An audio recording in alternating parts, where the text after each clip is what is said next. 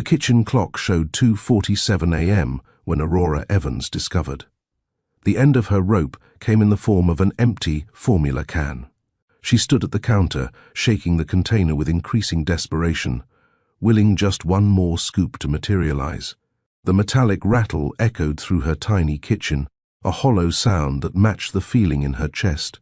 Behind her, 6-month-old Rose's cries grew more insistent, each wail, driving another spike of panic through Aurora's exhausted mind.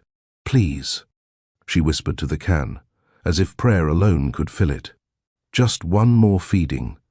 That's all I need."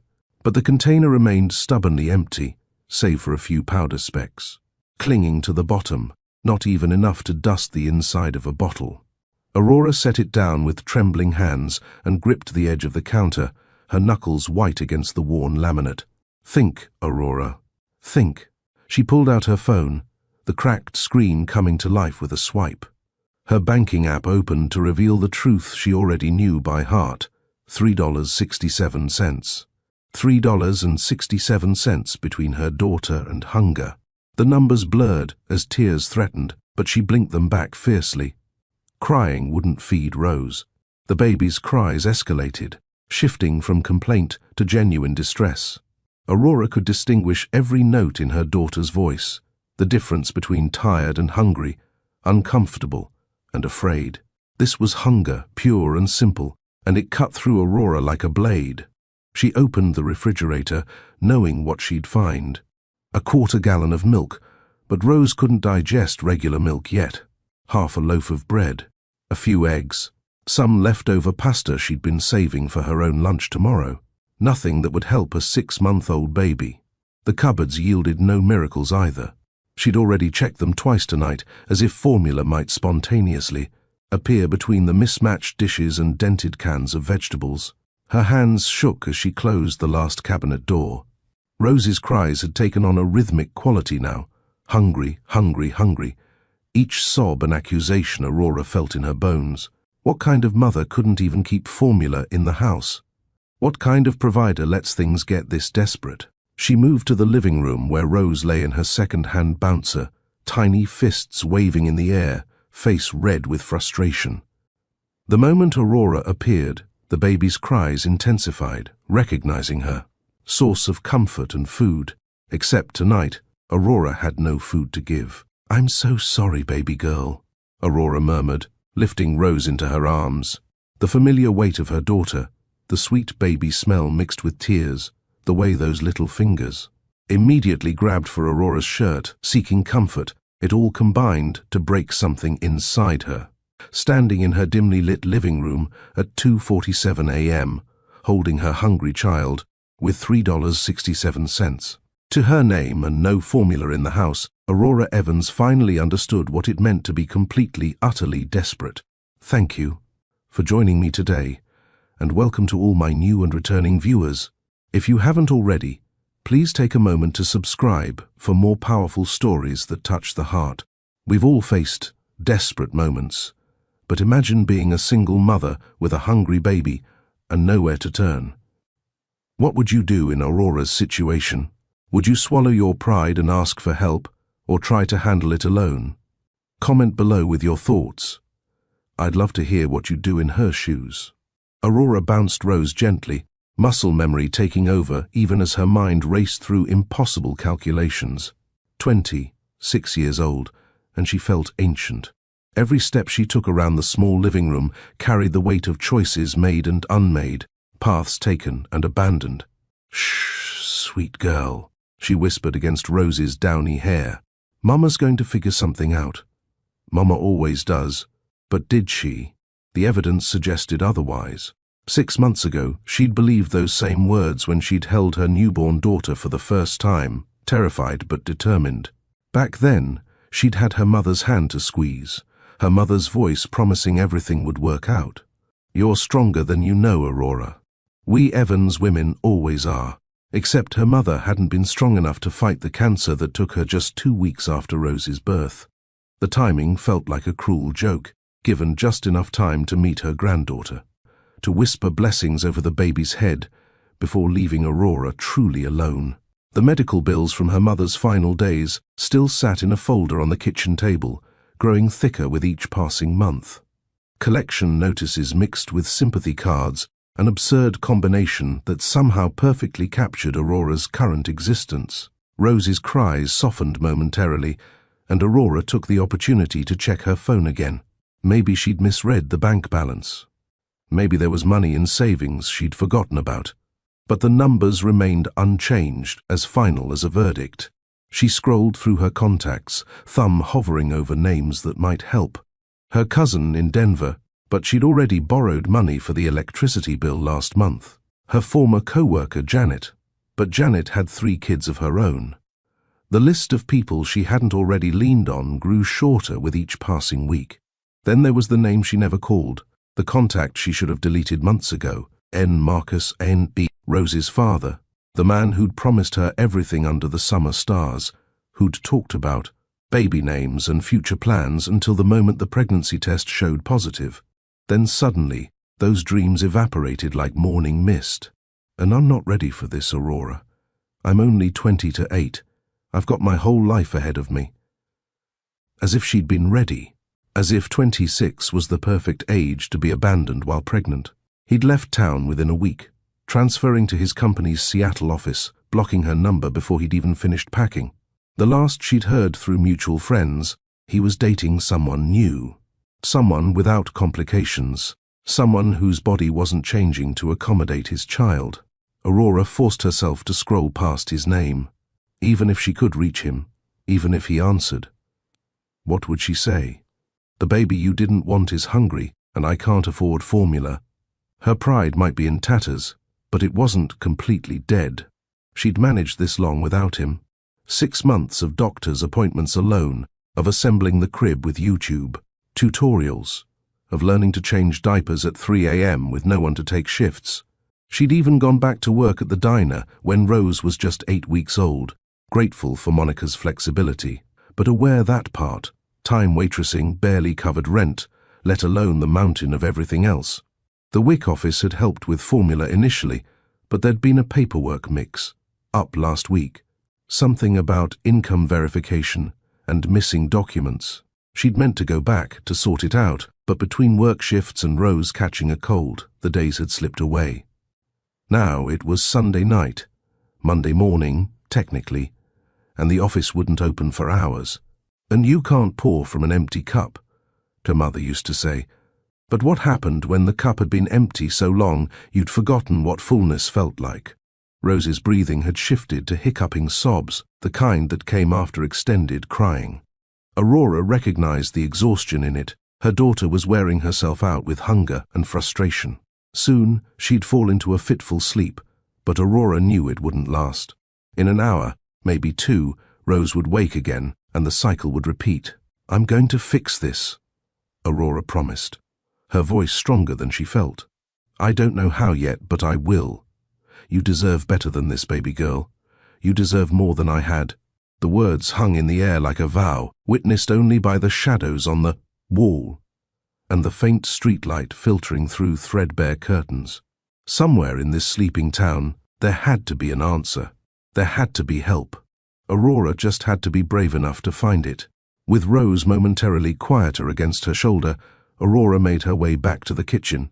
She flipped on the light and winced at its harsh glare. The empty formula can stood like an accusation on the counter. Maybe I missed something, she murmured, setting Rose in her bouncer on the kitchen floor. Aurora grabbed the can again and tilted it toward the light. She used her pinky finger to scrape along the inside edges, gathering the finest dust of powder that clung to the metal. It amounted to less than half a teaspoon, nowhere near enough for a proper bottle. Still, she tapped the precious particles into a clean bottle. Her gaze shifted to the sink, where Rose's bottles from earlier sat waiting to be washed. One still had a thin film of formula residue at the bottom. Without allowing herself to think about what she was doing, Aurora added a splash of warm water to it, swirled vigorously, and poured the diluted remnants into the new bottle. The result was pitiful, barely an ounce of extremely watered-down formula. Aurora bit her lip, calculating the nutrition this would provide. Almost none. She'd read enough parenting books to know that diluting formula was discouraged. Babies needed the full concentration for proper nutrition and development. Just for tonight, she whispered to herself. Just to get through until morning. She added more warm water until the bottle was half full. Even in the dim light, she could see how watery it was, more like slightly cloudy water than actual formula. Rose would recognize the difference immediately. The baby's fussing increased again, tiny hands batting at the air. Aurora lifted her, cradling her close. Here, sweetie. Mama made you something. Her voice caught as she offered the bottle. Rose latched eagerly, her eyes fixing on Aurora's face with complete trust. After a few sucks, the baby's expression changed. She pulled away, face scrunching in confusion, then tried again. The hunger drove her to keep trying, but after a moment, she began to cry harder, pushing the bottle away with flailing hands. I know, Aurora soothed, tears welling in her own eyes. It's not right. I'm sorry, baby. I'm so sorry. The rejection of the watered, down formula seemed to crystallize everything. Her failure, her inadequacy, her complete inability to provide the most basic necessity for her child. The weight of it crashed down on Aurora all at once. She sank to the kitchen floor, back against the cabinets, and pulled Rose tight against her chest. Her own tears fell freely now, mingling with her daughter's. The cold tile beneath her felt appropriate hard, unyielding, much like her circumstances. What are we going to do? She asked the empty kitchen. The walls offered no answers. Rose continued to cry, her little body tense with hunger and exhaustion. Aurora rocked her, humming a broken lullaby through her tears. The clock on the microwave blinked 3:15 a.m., hours until any store would open, hours until she could even think about asking someone for help. Aurora's phone sat on the counter above her. There had to be someone she could reach out to, even at this hour, someone who wouldn't judge her, who might have formula on hand or could loan her enough money to buy some first thing in the morning. Her brother Travis lived 2 hours away. He had a baby of his own, just a few months older than Rose. He might have formula. He would help if he could. He always did when she asked, which was precisely why she hated asking. His family struggled too. Every time she leaned on him, she knew she was taking from his children. But Rose's cries had taken on a hollow quality that Aurora had never heard before. It wasn't just hunger now. It was desolation, confusion as to why her needs weren't being met. Each sob was a tiny indictment. You promised to take care of me. You promised I would never go hungry. Aurora reached up and grabbed her phone. Pride was a luxury she could no longer afford. Not when Rose's well-being hung in the balance. Tonight, she would have to ask for help. Aurora stared at her phone, Rose's cries echoing through the small house. The screen's harsh glow illuminated her tear-stained face as she scrolled through her contacts. Each name represented a choice, and none of them good. Her finger paused over Travis. Brother. She hadn't called him for money in over a month, not since the electricity bill fiasco. Back then, he'd sent what he could without hesitation, but Aurora had heard the strain in his voice. Travis worked 2 jobs to support his wife and their toddler, squeezing by on little more than Aurora herself. Every dollar she asked for was one less for his son's future. It's just formula, she whispered, trying to convince herself. It's for Rose. It's not like I'm buying something frivolous. But the shame burned anyway, hot and familiar in her chest. Aurora had always been the responsible one, even as a child. When their father left when she was 12 and Travis 10, she'd stepped up to help their mother. She'd started babysitting at 13, got her first real job at 15, and had put herself through community college while working full-time. Being needy didn't suit her. Asking for help felt like admitting defeat. Rose's crying intensified, pulling Aurora from her thoughts.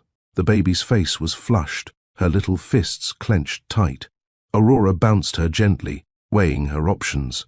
There was Mrs. Garcia next door, a kind elderly woman who sometimes watched Rose when Aurora worked weekend shifts. But Mrs. Garcia lived on a fixed income, and Aurora had already noticed her neighbor cutting back on her own groceries. Just yesterday, Aurora had given the woman her last loaf of bread, claiming she had plenty when in truth she'd gone without dinner herself. Monica, her boss at the diner? She'd already advanced Aurora's paycheck twice this year. The last time, she'd done it with a look of concern that bordered on pity. "Honey, you need to find a more stable situation," she'd said gently. "This isn't sustainable." Aurora had nodded and promised things would get better, knowing they likely wouldn't. The food pantry wouldn't open until Tuesday, and she'd already used her allotment last week. The formula they provided had run out faster than expected when Rose went through a growth spurt, drinking more than usual. Aurora glanced at the clock again. 3:27 a.m. No stores were open, no services available. The WIC office was closed until morning, and even then, her paperwork issues would take days to resolve. Travis remained her only viable option. He would have formula for his son, or at least the means to send money for an emergency purchase. She knew he wouldn't hesitate, and that was precisely what made it so hard to ask. "I'm sorry," she whispered to Rose. "Mama tried to do this alone. I really did." Aurora's finger hovered over Travis's name. Outside, the wind picked up, rattling the loose gutter she couldn't afford to fix. The sound seemed to emphasize the fragility of her situation. One more thing falling apart, one more problem she couldn't solve alone. Rose hiccuped against her shoulder, exhausted from crying, but still restless with hunger. The baby's need finally tipped the scales. Aurora pressed the call button, then immediately hung up. 3:30 in the morning. She couldn't wake Travis's whole household. His wife worked early shifts as a nurse. Their toddler was a light sleeper. A call now would disrupt what little rest they managed to get. A text, then, less intrusive, less desperate sounding. Travis might see it when he woke naturally and respond then. Aurora took a deep breath and opened a new message, her last thread of independence unraveling as she prepared to type. Aurora settled into the corner of her small couch, adjusting Rose against her shoulder. The baby had quieted somewhat, though her breathing still hitched with occasional sobs. Aurora balanced her phone in her free hand, thumb poised over the blank message field. How to begin? What words could possibly convey her desperation without sounding pathetic?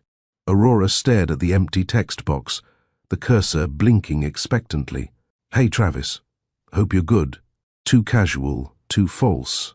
Of course he'd know immediately that things weren't fine if she was texting at this hour. I hate to ask, but... No, starting with an apology would only amplify the awkwardness.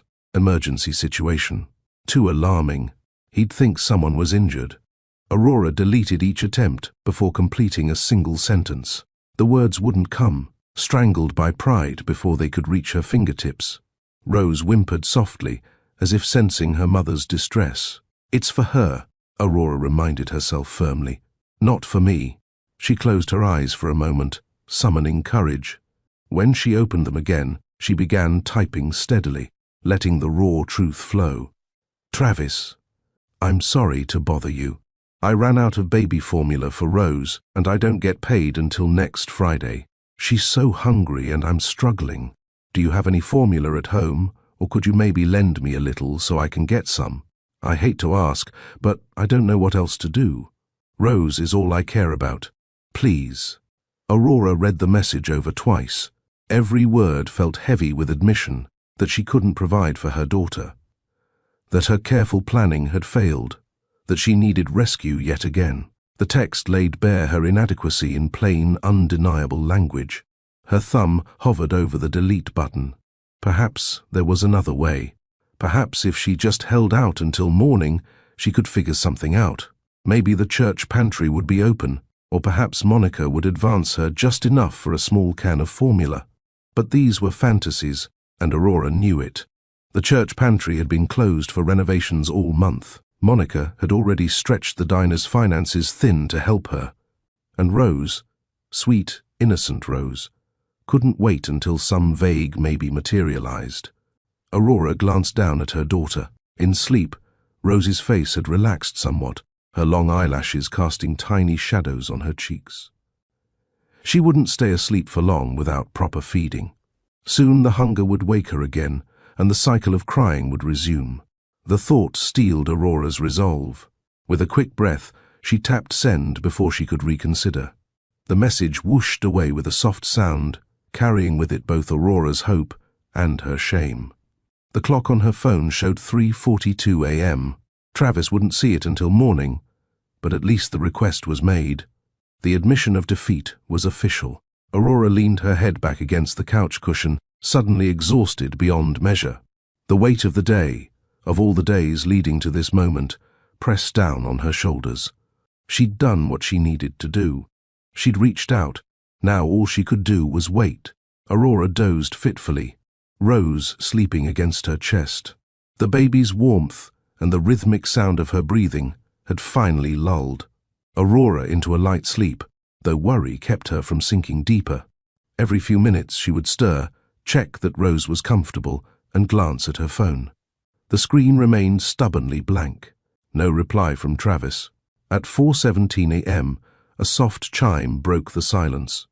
Aurora's eyes flew open, instantly alert. She carefully shifted Rose to reach her phone without disturbing the baby. A reply.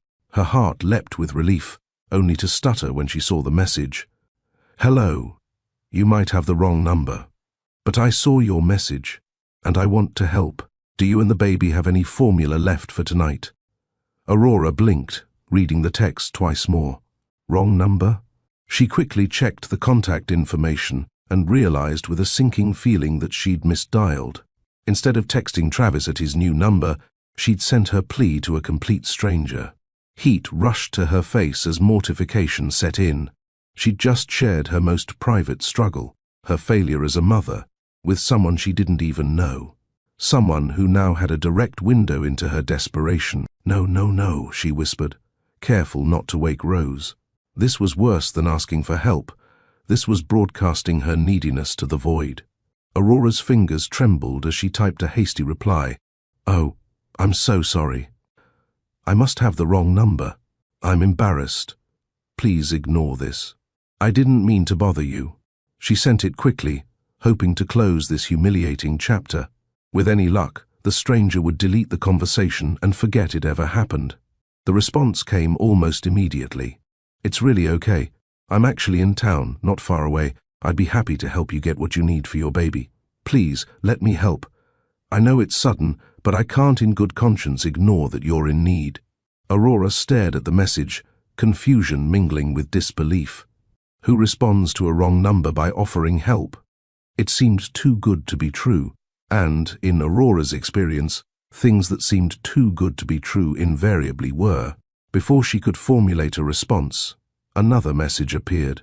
"If you're uncomfortable meeting, I can leave some formula on your porch or have it delivered, whatever you prefer. Just tell me what you need." Aurora's heart pounded against her ribs. The stranger seemed sincere, but caution held her back. Was this real kindness, or something else entirely? The grandfather clock in the hall struck 1 in the morning, its deep chimes echoing through the empty corridors of the country estate. Sebastian Davenport looked up from the stack of contracts on his mahogany desk, realizing he'd been staring at the same paragraph for 20 minutes without comprehending a word. He pushed back from the desk and stood, stretching his tall frame. At 34, he kept himself fit despite the long hours his business demanded. Tonight, however, weariness clung to him like a second skin. He crossed the study to the wall of windows overlooking the moonlit gardens. The estate stretched for acres in every direction, pristine, perfect, and utterly lifeless. Sebastian pressed his forehead against the cool glass. Outside, mist gathered along the rolling lawns, ghostly fingers reaching toward the house. The scene held a certain melancholy beauty that matched his mood. He had purchased this property outside Sage Hollow as a retreat, a place to escape the constant demands of Davenport Industries. Yet in 3 months of ownership, the house had never felt like home. Home required more than expensive furniture and original artwork. It needed voices, laughter, the comforting sounds of people moving about their lives. Sebastian's footsteps echoed too loudly here, reminding him with every step that he walked these rooms alone. He returned to his desk and picked up the half-empty glass of bourbon he'd been nursing all evening. The amber liquid caught the light from his desk lamp, glowing like trapped sunlight. Sebastian took a measured sip, letting the warmth spread through his chest. On his desk sat framed photographs, memories preserved under glass. His parents on their 20th anniversary, his father's arm around his mother's waist, both smiling. His sister at 16, radiant at her school dance.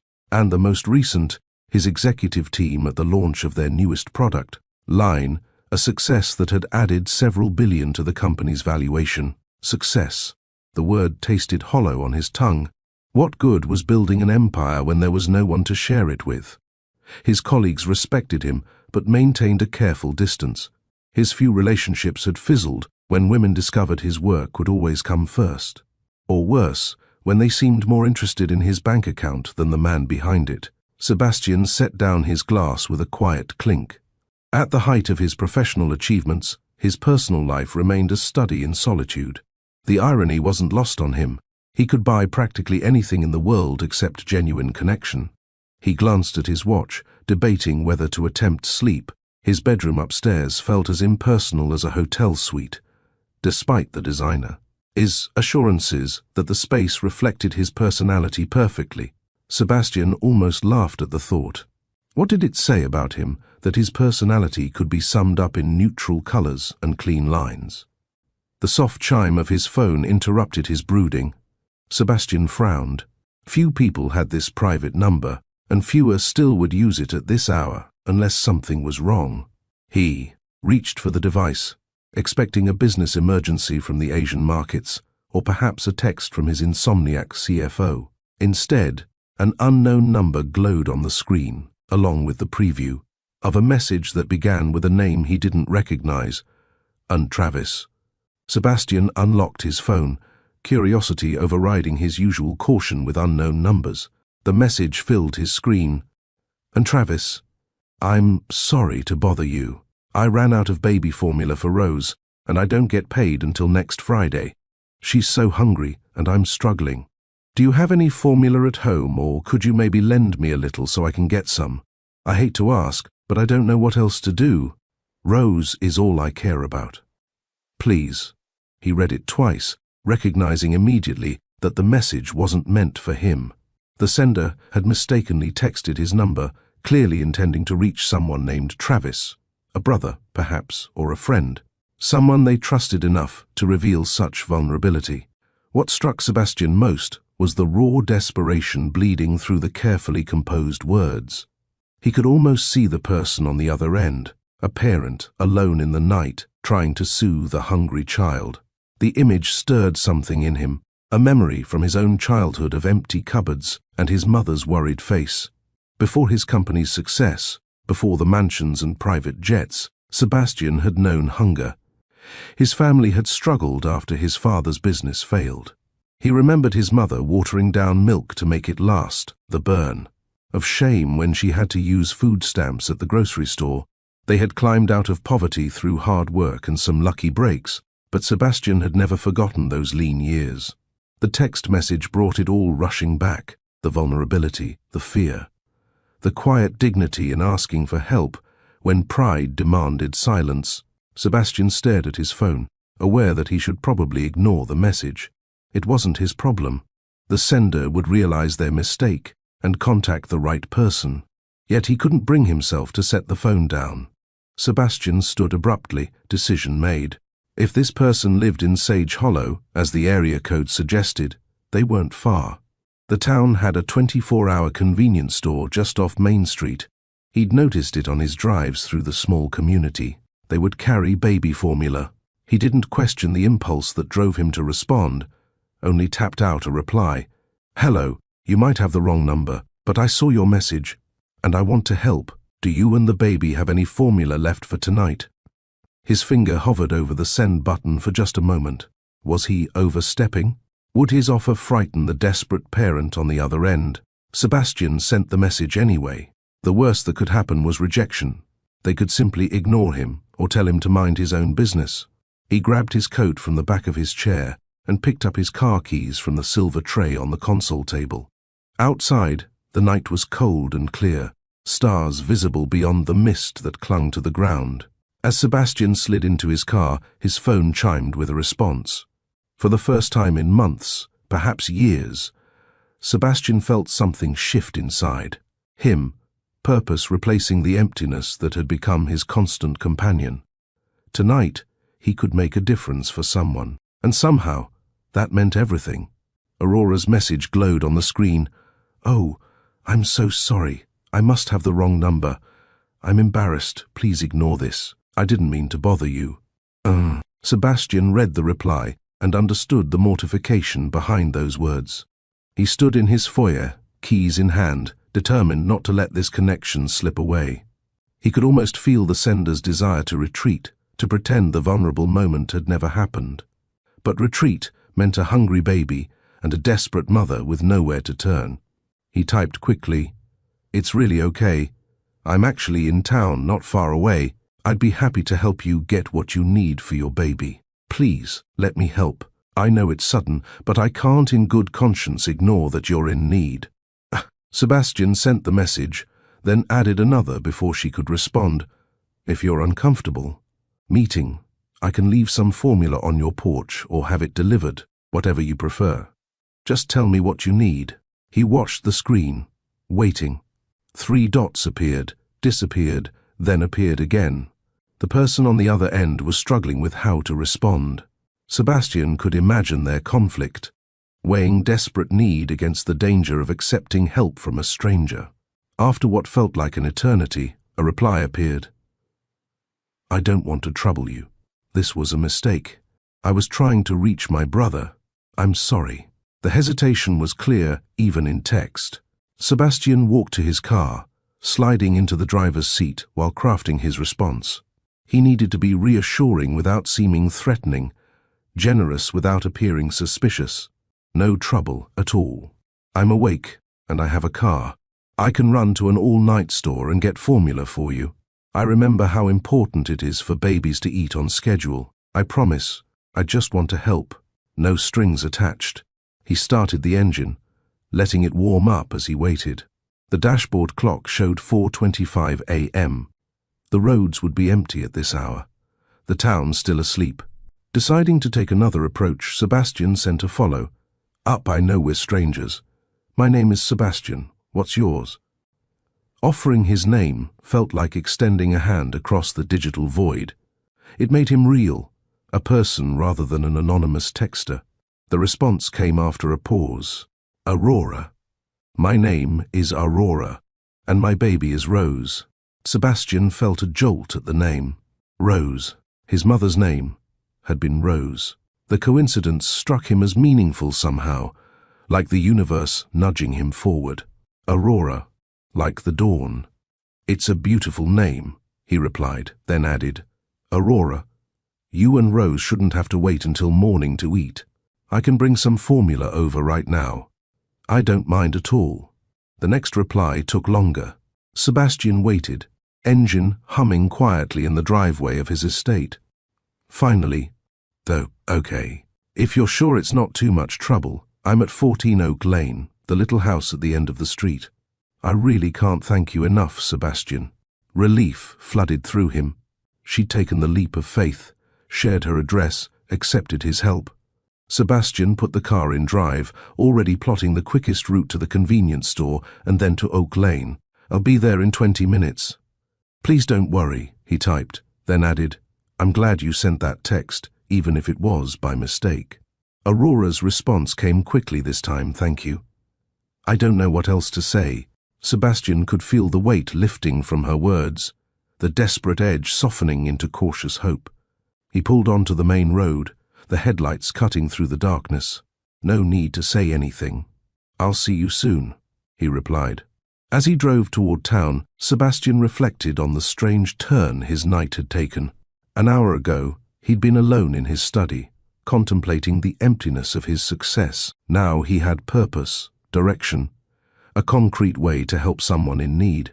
The convenience store appeared ahead, its fluorescent sign one of the few lights in the sleeping town. Sebastian parked and hurried inside, nodding to the sleepy clerk. He found the baby aisle and studied the formula options. Not knowing exactly what Rose needed, he selected 2 large cans of premium infant formula, along with a pack of bottles in case Aurora needed those too. At the register, the clerk raised an eyebrow at the purchases and the late hour, but said nothing. Sebastian paid, declined a bag, and carried the items back to his car. As he drove toward Oak Lane, Sebastian checked his navigation. The address was in a modest neighborhood on the outskirts of town. Small houses built in the 1950s, far from his own estate. He wondered about Aurora, about the circumstances that had led to her late night plea for help. He wondered about little Rose, hungry and waiting. For the first time in longer than he could remember, Sebastian felt connected to something real, something that mattered. The sensation was both unfamiliar and strangely comforting. Aurora paced her small living room, Rose finally asleep in her arms after crying herself into exhaustion. The text exchange with Sebastian had left her jittery with a mixture of hope and apprehension. What kind of person responds to a wrong number by offering help at 4 in the morning? Either someone extraordinarily kind or someone with ulterior motives. She glanced out the window for the 5th time in as many minutes. The street remained empty, the neighboring houses dark and quiet. She had given her address to a complete stranger. The thought sent a fresh wave of anxiety through her, yet desperation outweighed fear. Rose needed formula, and this Sebastian person was bringing some. Aurora adjusted the sleeping baby against her shoulder and tried to prepare what she would say when he arrived. Should she invite him in, thank him at the door and quickly close it? How did one navigate accepting charity from a stranger without seeming either ungrateful or too trusting? A pair of headlights turned onto Oak Lane, moving slowly as if searching for a house number. Aurora's heart leaped into her throat. The car was nicer than any she'd seen in this neighborhood, sleek and black, expensive without being flashy. It stopped in front of her house. A tall figure emerged, carrying a shopping bag.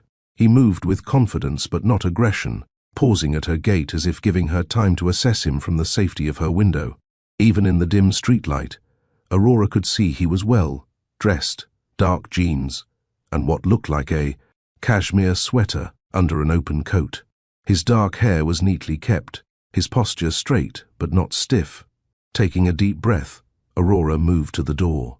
With Rose still sleeping against her shoulder, she opened it just as Sebastian reached the porch steps. Their eyes met, and for a moment neither spoke.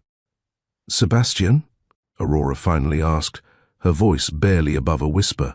He nodded, offering a gentle smile. "Yes. Aurora, I presume."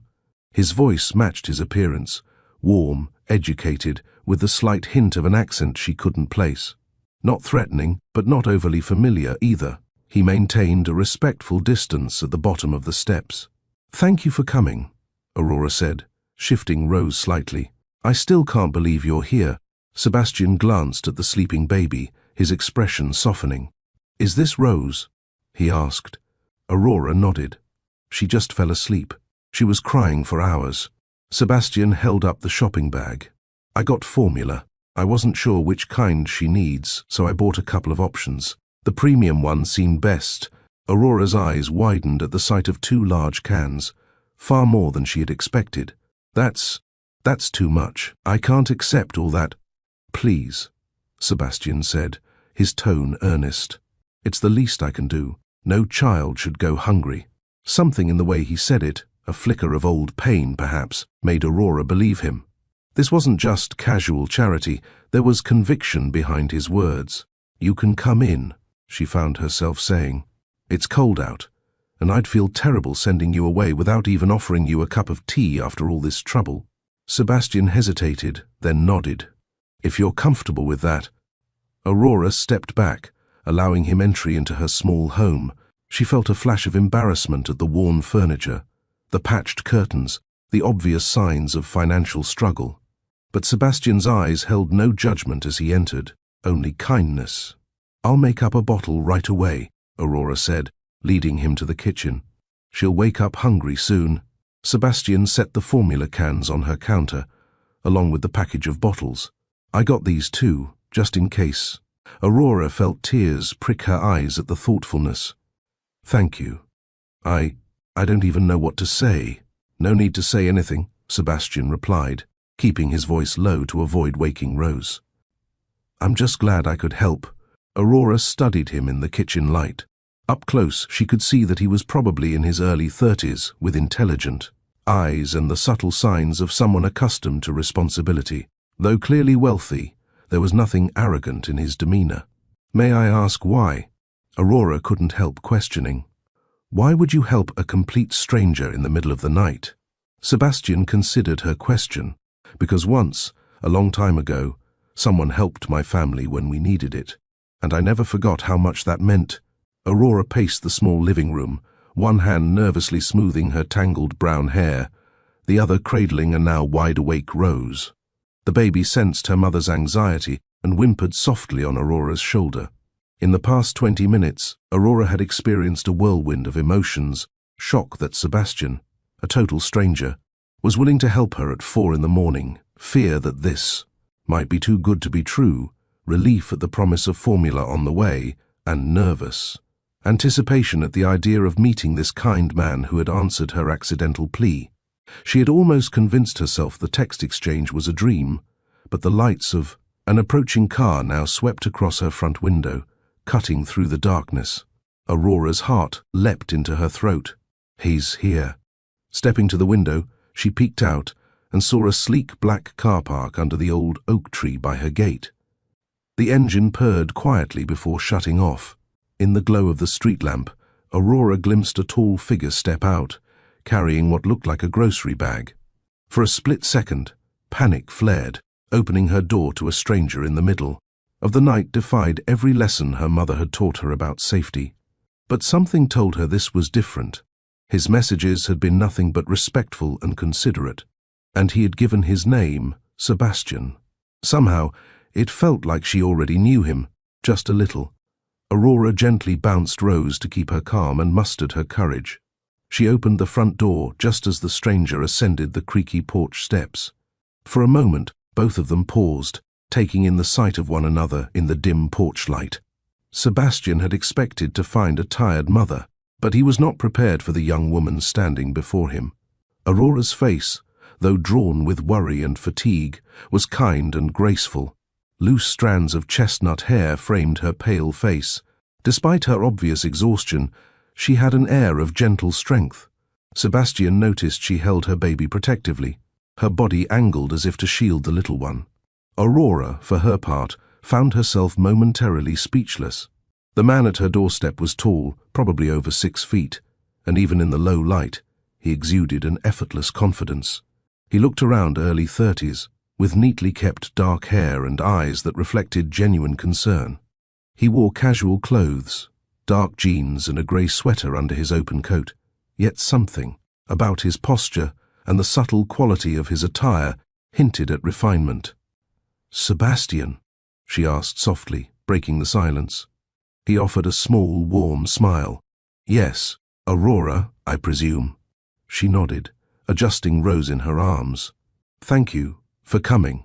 You really didn't have to." I don't even know what to say." Her voice wavered, the mix of gratitude and embarrassment bringing heat to her cheeks. Sebastian lifted the grocery bag slightly. "It's okay. I'm glad to help." He glanced at the baby, who peered at him with round, curious eyes. "This must be Rose," he said gently. Aurora managed a smile as Rose gurgled at the sound of her name. Yes, she was asleep, but she woke up a few minutes ago. As if on cue, Rose gave a soft, plaintive cry, a reminder of why Sebastian was there in the first place. "Here," Sebastian said, concern flashing across his face. "Let's get her fed." He opened the bag and pulled out 2 large cans of premium infant formula. "I hope I got the right kind. The store didn't have many options at this hour, but these looked good. If it doesn't work, I'll find another store." "It's perfect," Aurora interrupted, relief flooding her voice. She realized she was on the verge of tears again. "Really? It's more than I imagined. Thank you." She stepped back. "Please, would you like to come in? It's cold out, and I I'd feel awful sending you away without at least a warm drink after you went through so much trouble." Sebastian hesitated for a moment, then nodded graciously. "If you're comfortable with that, sure, just for a moment." Aurora led him into the modest living room. The space was tiny and humble, painfully so when she suddenly viewed it through the eyes of an outsider. The threadbare couch, the second-hand coffee table with a missing wheel propped up by a book, the faint smell of baby powder and last night's pasta in the air. She blushed, hoping he wouldn't judge her, but if Sebastian noticed any of it, he gave no indication. His focus remained on Aurora and the fussing infant in her arms. "Make yourself at home," she said apologetically, gesturing to the couch. She quickly cleared a baby blanket and a couple of Rose's toys off the seat. Sebastian took a seat carefully, as if not to intrude, setting the formula cans on the coffee table. Aurora didn't waste another second. She had a clean bottle ready and immediately opened one of the cans. Her hands were shaking with anticipation as she scooped formula and added warm water from the kettle she had kept heated. Rose's whimpers escalated into cries at the smell of milk. "Almost there, baby," Aurora cooed, snapping the bottle lid on and swirling the contents. Sebastian watched quietly from the couch, his heart aching at the scene. Aurora's frantic movements, the baby's cries of hunger. It hit him hard, seeing the reality up close. This wasn't just a text or an abstract situation. This was a mother and child in real need, and only a thin wall separated them from true hardship. A wave of protectiveness and compassion swelled in him. Aurora hurried over to the rocking chair by the window, easing down with Rose in her arms. She offered the bottle, and Rose latched on eagerly. Within moments, the only sound in the room was the infant's contented gulps. Aurora closed her eyes briefly, uttering a silent thank you. Her shoulders relaxed for the first time that night. Sebastian felt a lump in his throat as he witnessed the baby feeding, and Aurora's palpable relief. He realized he'd been clutching his hands together and forced himself to relax. After a minute, he quietly asked, "Is she okay now?" Aurora glanced up, eyes shining with gratitude. "Yes, better than okay." She looked down at Rose, who was sucking earnestly, little fingers resting against Aurora's hand. She was so hungry. "I was so scared she'd have to wait until morning." "You're doing great," Sebastian said softly. "She's lucky to have you." The words came out before he could think, but he meant them sincerely. He had enough experience to know that not all parents showed this level of dedication and sacrifice. Aurora flushed at the compliment, a mix of pride and shame flickering in her eyes. I don't feel like I'm doing great," she murmured. "Tonight, I felt like I was failing her." Sebastian leaned forward, elbows on his knees. "Asking for help when you need it isn't failing. In fact, it's incredibly brave." His voice was earnest. "You put your daughter first. That's what good mothers do." Aurora met his gaze then. In the warm lamplight, Sebastian's eyes were a gentle hazel, full of understanding. She felt a connection in that moment, a sense that this man truly saw her struggle without judgment. Rose finished her bottle with a satisfied sigh. Aurora lifted the baby to her shoulder and gently patted her back to burp her. A soft belch and a gurgle later, Rose's cries had turned to the sweet, drowsy murmurs of a content baby. Within minutes, the infant was snuggling into her mother's neck, already drifting back to sleep now that her belly was full. Aurora stood carefully. "I'll just put her down in the crib. I'll be right back." "Of course," Sebastian replied quietly, rising from the couch. "Take your time." He watched as Aurora carried the now sleeping Rose to the bedroom nook just off the living area.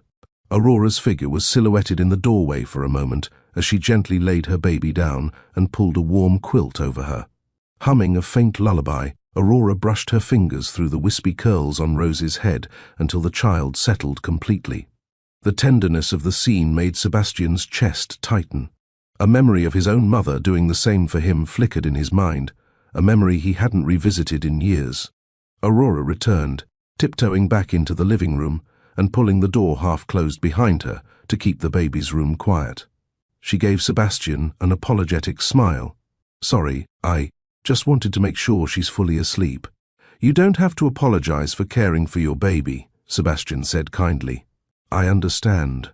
Aurora gestured for him to sit again, and she took the other end of the small couch, tucking one leg beneath her.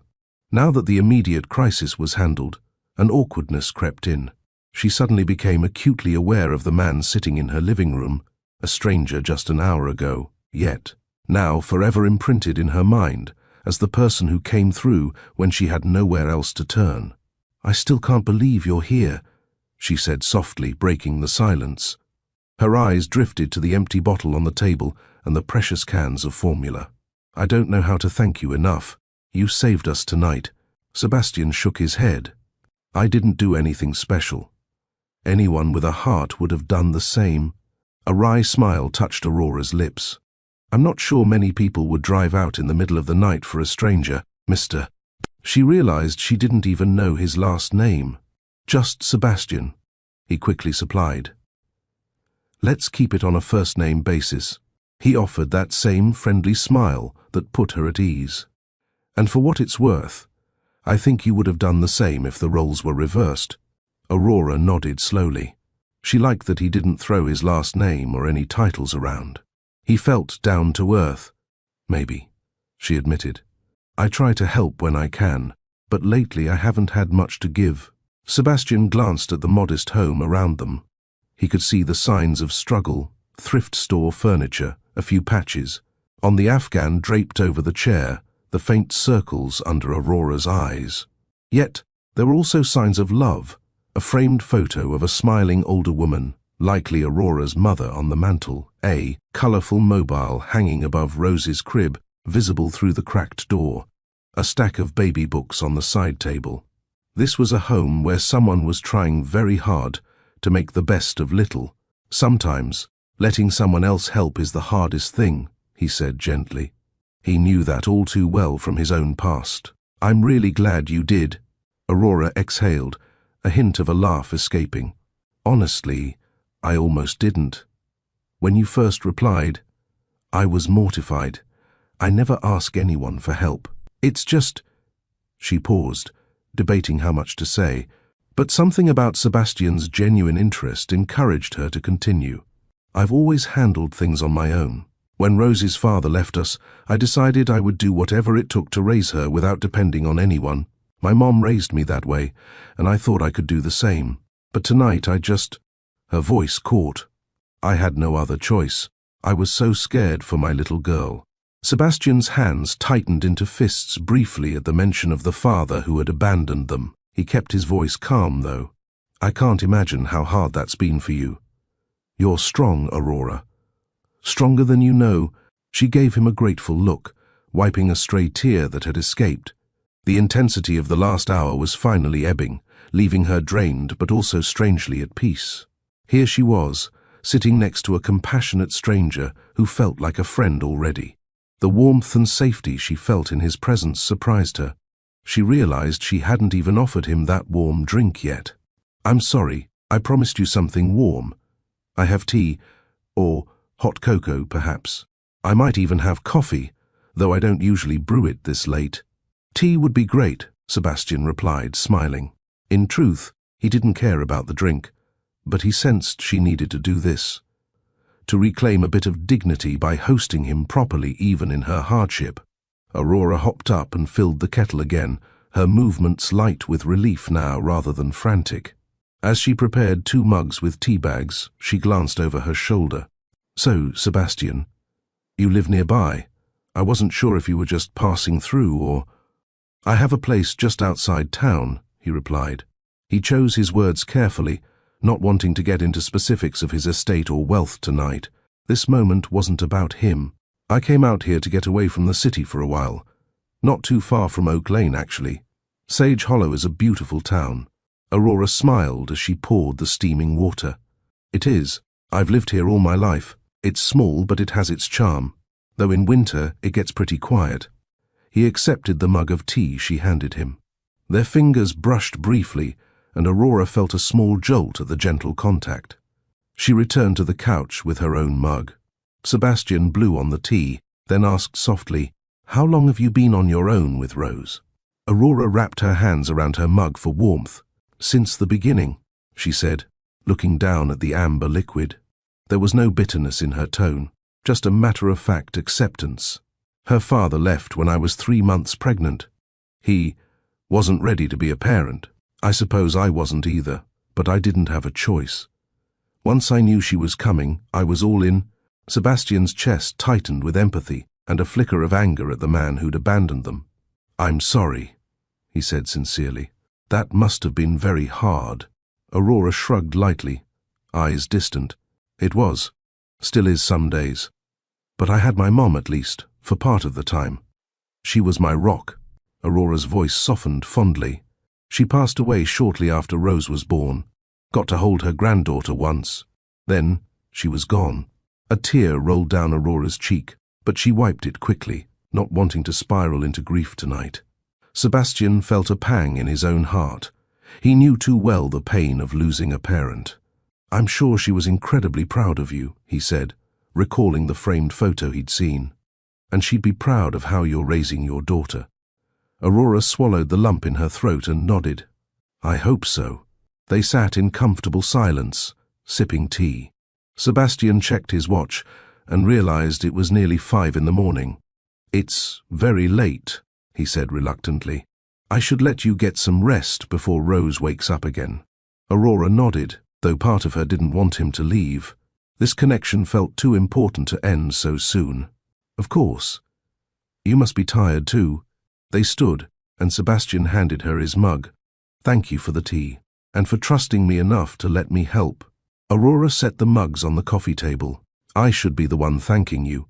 I don't know what would have happened if—" She trailed off, not wanting to imagine it. Sebastian reached into his pocket and pulled out his phone. "Would it be all right if I checked in tomorrow, just to make sure you and Rose are doing okay?" Aurora felt a flutter in her chest at the idea that he wanted to stay in contact. "Yes, I'd like that." They exchanged phone numbers, both aware of the unusual circumstances that had brought them together. As they moved to the door, Sebastian paused. "Aurora, please don't hesitate to text if you need anything else. Anything at all." She nodded, touched by his sincerity. "I won't." "Thank you again, Sebastian." He stepped onto the porch, the pre-dawn air crisp around them. Aurora wrapped her arms around herself against the chill. Without thinking, Sebastian slipped off his coat and draped it over her shoulders. "You'll catch cold," he said, when she began to protest. Aurora clutched the too large coat around her, inhaling the faint cedar scent that clung to it. "I'll get it back to you tomorrow," she promised. Sebastian smiled. No rush. He descended the steps, turning back once to wave before getting into his car. Aurora stood in the doorway until his taillights disappeared around the corner. Only then did she close the door, leaning against it with a mixture of disbelief and gratitude. A wrong number had brought her exactly the right person at exactly the right time. If that wasn't a miracle, she didn't know what was. Sunlight streamed through the thin curtains of Aurora's bedroom, warming her face as she slowly opened her eyes. For a moment, she lay still, disoriented by how deeply she had slept. Rose's contented coos from the crib beside her bed brought the previous night rushing back. Had it all been a dream? The desperate text message sent to the wrong number, the kind stranger arriving at her door with, formula in hand, the unexpected connection she'd felt sitting across from him on her worn couch. Aurora sat up and glanced toward the kitchen. There on the counter stood 2 large cans of formula, tangible proof that Sebastian had been real. His visit hadn't been a figment of her exhausted imagination or a wishful dream. She slipped out of bed and padded to the crib where Rose lay kicking her feet at the mobile overhead. The baby looked up at her mother's approach and broke into a toothless grin. Well, rested and content. "Good morning, sunshine," Aurora whispered, lifting Rose into her arms. "Someone's feeling much better today, aren't you?" Rose gurgled happily, grabbing at her mother's hair. The desperation of the previous night seemed far away now as Aurora carried her daughter to the changing table. As she went through their morning routine, fresh diaper, warm clothes, gentle kisses on pudgy cheeks, Aurora marveled at how quickly life could change. Last night she had hit rock bottom, crying alongside her hungry child with nowhere to turn. Now, just hours later, She felt something she hadn't experienced in months: hope. Not just because of the formula that would feed Rose for weeks, but because a complete stranger had shown her such kindness without expecting anything in return. Aurora prepared a bottle, her movements unhurried now that there was no shortage. As Rose drank eagerly, Aurora's mind drifted to Sebastian. In her memory, his face remained gentle and kind, his voice warm with genuine concern. She had met plenty of men since Rose's father left: customers at the diner who flirted, neighbors who offered half-hearted help, old high school acquaintances who reached out only to disappear when they realized her life now included a baby. None had looked at her the way Sebastian had, with respect untainted by pity. When Rose finished her bottle, Aurora placed her in the bouncer and reached for her phone on the kitchen counter. She hesitated, wondering if Sebastian would actually text as promised. Part of her expected that in the light of day he would move on. There, brief connection forgotten as he returned to his normal life. The screen lit up with a message notification. Aurora's heart jumped as she read, "One, good morning. How are you and Rose doing today?" She smiled, a warm feeling spreading through her chest. Sebastian had remembered. He had thought of them. With Rose cooing contentedly nearby, and the morning sun filling her small kitchen, Aurora felt the weight on her shoulders lighten just a little. Perhaps kindness wasn't as rare as she'd come to believe. Perhaps there were still good people in the world. Perhaps she wasn't as alone as she had felt in those dark hours before dawn. For the first time in longer than she could remember, Aurora allowed herself to feel not just grateful, but hopeful. Sebastian sat at the breakfast table in his estate's sunlit morning room, coffee untouched before him. He had slept only a few hours, yet felt more energized than he had in months. His mind kept returning to the small house on Oak Lane, to the young mother who had accidentally reached out to him, to the baby girl with the name that echoed his past. The household staff moved quietly around him, refreshing his coffee, offering breakfast he barely noticed.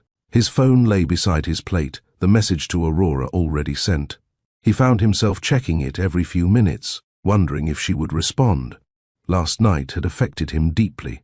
In his rise to success, Sebastian had grown accustomed to solving problems with money: donations to charities, funds for disaster relief, investments in promising startups. All worthy causes, all kept at a comfortable distance. But last night had been different. He had looked into the eyes of someone in need, heard a baby's hungry cries, witnessed firsthand the relief on Aurora's face when Rose finally had food. It had been immediate, personal, real. His phone chimed with a reply. Sebastian quickly picked it up, a smile forming as he read Aurora's message. "Good morning, Sebastian. We're doing well. Rose had a good night and is much happier now, as am one. Thank you again, truly." He typed back immediately. "I'm very glad to hear that. I was thinking of you both. Hope you got some rest." Sebastian set the phone down, struck by the realization that he genuinely cared about this woman and her child, whom he'd known for less than 12 hours. There was something about Aurora, her quiet dignity, her fierce love for her daughter, the way she had maintained grace even in her darkest moment, and little Rose, innocent and trusting, bearing his mother's name like a sign he couldn't ignore. When was the last time he had felt this connected to anyone? His days were filled with business associates who wanted his influence, women who were attracted to his wealth, acquaintances who valued what he could provide rather than who he was. The irony wasn't lost on him. A billionaire surrounded by people yet profoundly alone. Last night, in a humble home on Oak Lane, he had felt more seen and more genuine than in all the boardrooms and charity galas of the past year. Sebastian stood and walked to the wall of windows overlooking his manicured gardens. The estate suddenly felt excessively large, unnecessarily grand. He thought of Aurora's modest home, small but filled with love. How she had offered him tea and conversation, despite having so little to give. His phone chimed again. Aurora had sent a photo of Rose, freshly awake and smiling a little, bundled in her baby blanket. Below the photo, "Someone wants to say thank you for last night." Sebastian felt his heart warm at the sight. He replied, She's precious. That smile made my day. Decision made, he grabbed his coat. He would go into town, perhaps visit the diner where Aurora had mentioned she worked. Not to intrude, but to check on them, to see if there was anything else they needed. For the first time in years, Sebastian felt something stirring within him, a sense of purpose beyond quarterly reports and stock prices. He wasn't quite sure what it meant yet, but he knew he couldn't simply walk away from Aurora and Rose. The next few days unfolded with a gentle rhythm, punctuated by the soft chimes of incoming messages on Aurora's phone. What began as Sebastian's morning check-ins evolved into an ongoing conversation that flowed throughout their days, a digital connection that bridged the gap between his estate and her small cottage. "Good morning. Did Rose sleep well?" Sebastian's text would arrive just after dawn, as if he knew exactly when Aurora would be up for the baby's first feeding.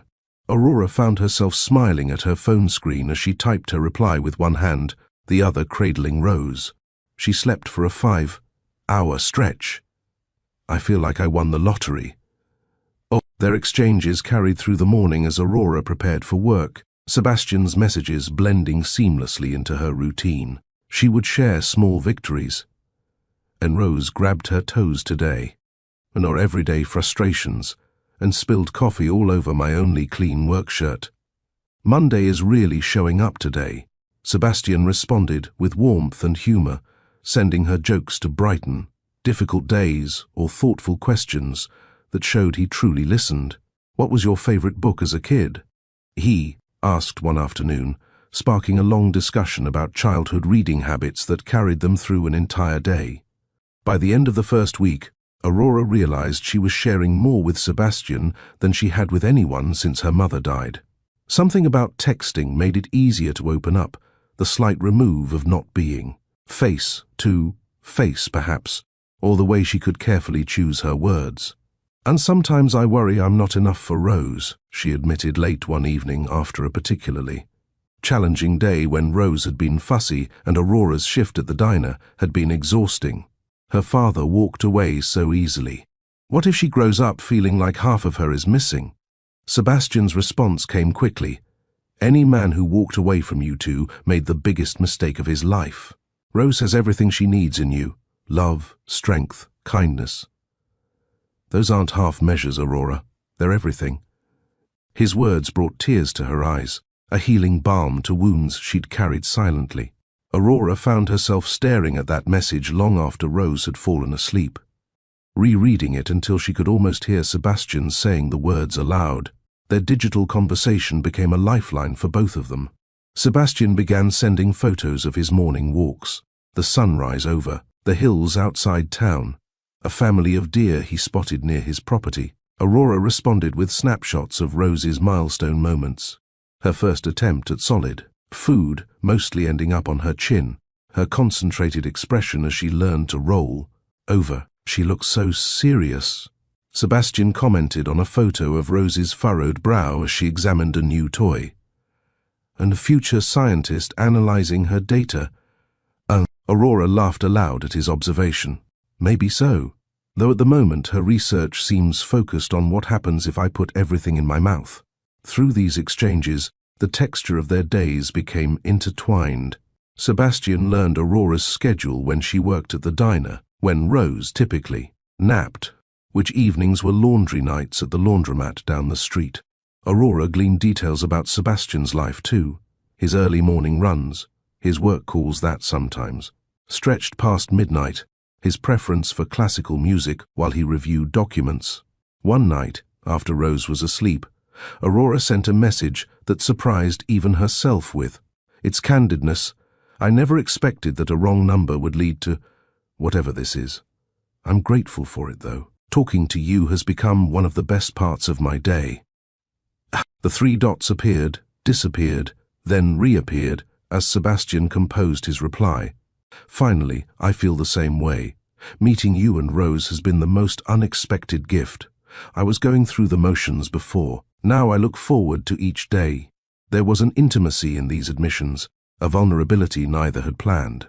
Yet, it felt natural, a gradual unfolding of connection through hundreds of small messages each one a thread weaving them closer together. By the end of 2 weeks, they had established inside jokes and shared references. Sebastian knew exactly which emoji would make Aurora laugh, and Aurora could tell Sebastian's mood from the punctuation in his texts. When she sent "Can't talk now, Rose is having a meltdown and I'm running late for work," he understood precisely what she needed. Not advice, but a simple, "You've got this. Text me later when things calm down." The digital conversations created a foundation, a getting to know you that happened in reverse. Intimacy first, established through words, exchanged in vulnerable moments, then building outward into the physical world where their paths began to cross with increasing frequency. The bell above the door of the Sage Hollow diner jingled on Tuesday morning, drawing Aurora's attention from the coffee pot she was refilling. She looked up to see Sebastian entering, his tall figure immediately noticeable, among the usual breakfast crowd of retirees and local workers.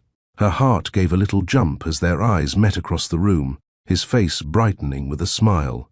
"Well now, who's that handsome fellow?" whispered Doris, an elderly regular seated at the counter. Her eyes twinkled with the delight of potential gossip. "He's been in here every day this week, and he only ever sits in your section." Aurora felt warmth rush to her cheeks. "Just a friend," she murmured, wiping her hands on her apron as Sebastian took a seat at his usual booth by the window. The diner was a Sage Hollow institution, all chrome and vinyl with a black and white checkered floor that had been polished by decades of small-to-town foot traffic. The menu hadn't changed in 20 years, and neither had most of the customers. When someone new became a regular, everyone noticed. Coffee, black, and maybe some recommendations. Sebastian asked when Aurora approached with her order pad.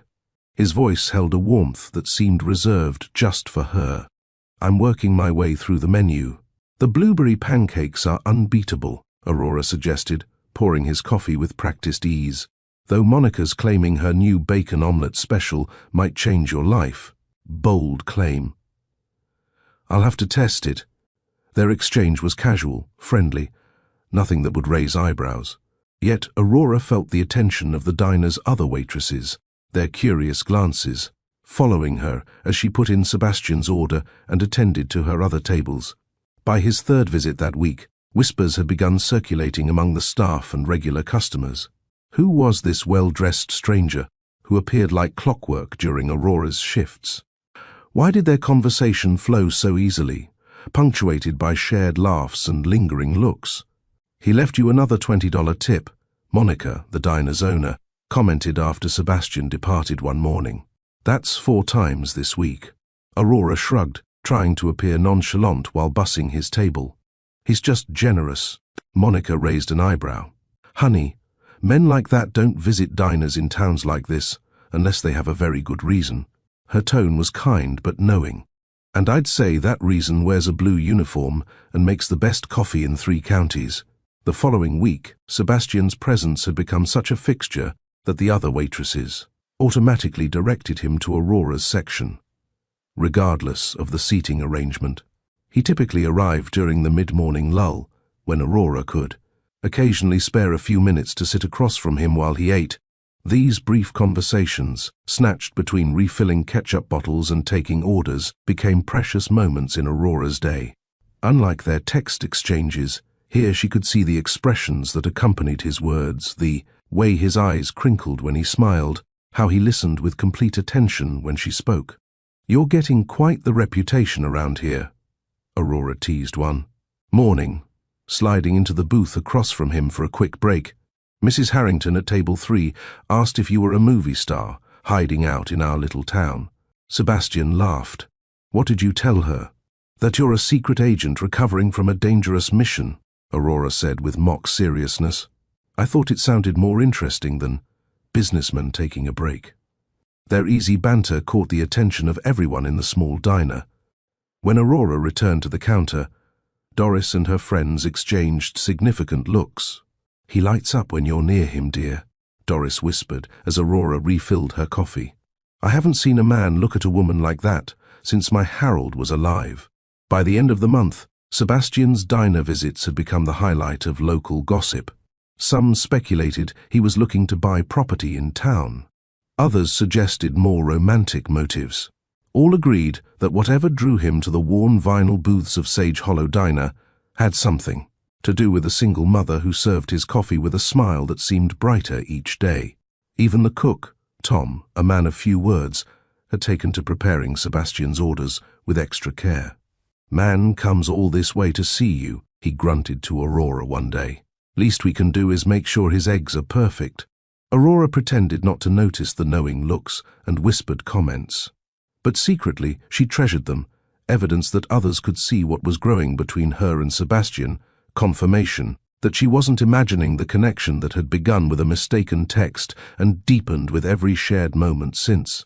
The first coincidence occurred when Sebastian arrived at the diner, just as Aurora's shift ended. "I was wondering if you and Rose might want a ride home," he offered casually. "It looks like rain." Indeed, dark clouds gathered overhead, and Aurora had forgotten her umbrella. She accepted gratefully, unaware that Sebastian had checked the weather forecasts specifically to time his offer. When they arrived at her cottage, Sebastian noticed the loose gutter hanging precariously above the porch. "That could be dangerous in a storm," he commented. "I have some tools in my trunk. Would you mind if I took a look?" Before Aurora could protest, Sebastian had retrieved a small toolkit from his car and was examining the gutter. "Just needs a few screws tightened," he said, already at work. Aurora watched from the doorway, Rose on her hip, as Sebastian efficiently secured the metal that had been threatening to fall for months. "There," he said, climbing down from the small stepladder he'd produced from his trunk. "Should hold now." "You didn't have to do that," Aurora said, though relief colored her voice. She'd been worrying about that gutter all winter. Sebastian shrugged. "I was here anyway." This became a pattern, Sebastian noticing things around Aurora's home that needed attention and finding natural moments to address them. The leaky kitchen faucet that had been driving Aurora crazy with its constant drip. Sebastian happened to mention he was pretty good with basic plumbing and fixed it while visiting for tea. The stubborn front door that stuck in humid weather. He arrived one evening with sandpaper and wood polish, claiming he'd been organizing his garage and found extras.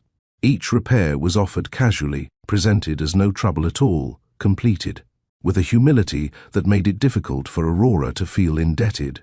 Sebastian never made her feel like a charity case. Instead, he approached each task as a friend helping a friend. Then there were the accidental extras. "I bought too many groceries," he'd say, appearing with bags that happened to contain the exact fruits Rose was starting to enjoy as she began solid foods. Or, the bakery was having a 2-for-1 sale, he'd explain, bringing fresh bread that Aurora knew very well the local bakery never discounted.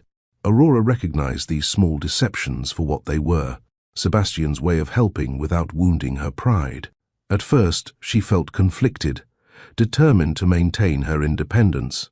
But seeing how carefully he preserved her dignity, how he never made a show of his assistance, she gradually accepted these kindnesses for what they truly were, expressions of care. One evening, as Sebastian fixed the wobbly leg on her coffee table, Aurora brought him lemonade and sat nearby, watching his capable hands work. "You know," she said softly, "you don't have to pretend the bakery has sales for me to accept your help." Sebastian looked up, caught in his white lie. For a moment, he seemed worried she might be upset.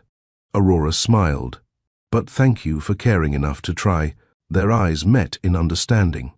From that moment, a new honesty emerged between them. Sebastian still helped, but without the elaborate explanations. And Aurora accepted, recognizing that true strength sometimes meant allowing someone else to care. The invitation came on a Friday evening via text. "Would you and Rose like to go for a walk at the lakeside park on Sunday? Weather forecast says it will be sunny." Aurora stared at her phone, heart fluttering. Their interactions thus far had been spontaneous. His diner visits, his coincidental arrivals at her house with tools or groceries. This was different. This was planned, deliberate, almost like a... She stopped herself from thinking the word date. After all, Rose would be there. It was just a friendly outing.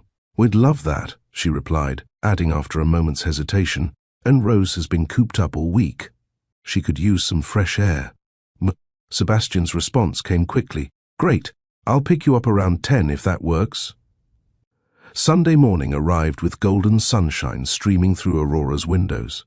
She fussed more than usual over what to wear, finally settling on her best jeans and a soft blue sweater that brought out her eyes. For Rose, she chose a pink knit outfit with tiny embroidered flowers and a matching hat to protect her from the mild spring breeze.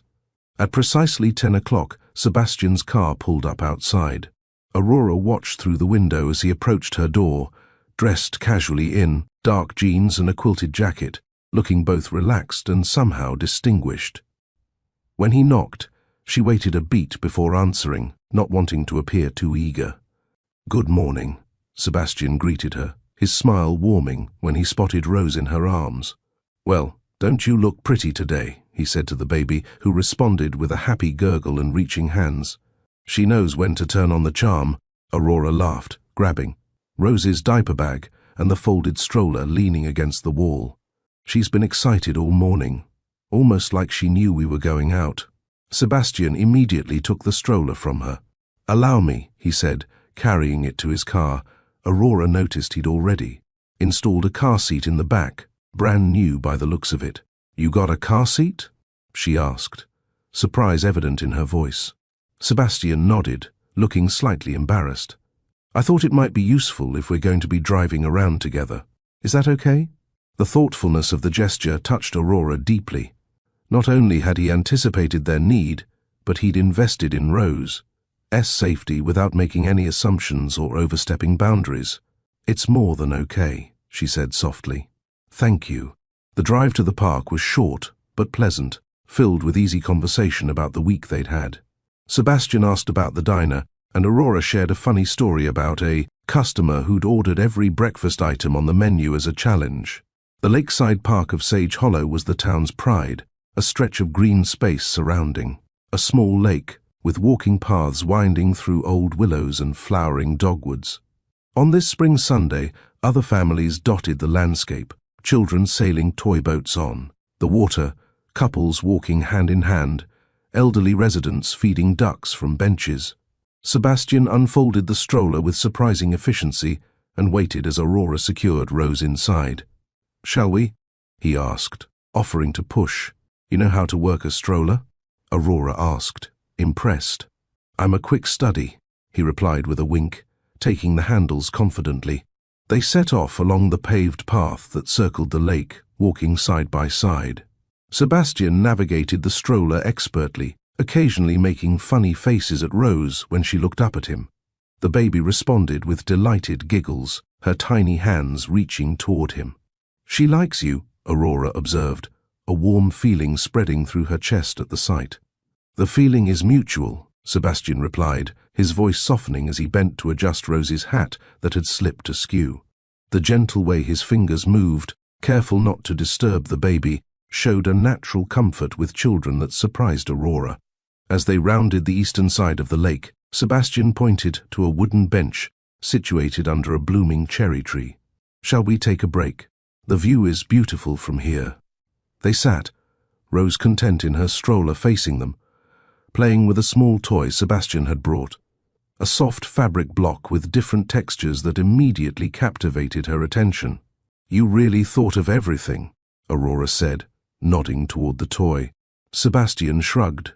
I may have done some research on age-appropriate toys. Research?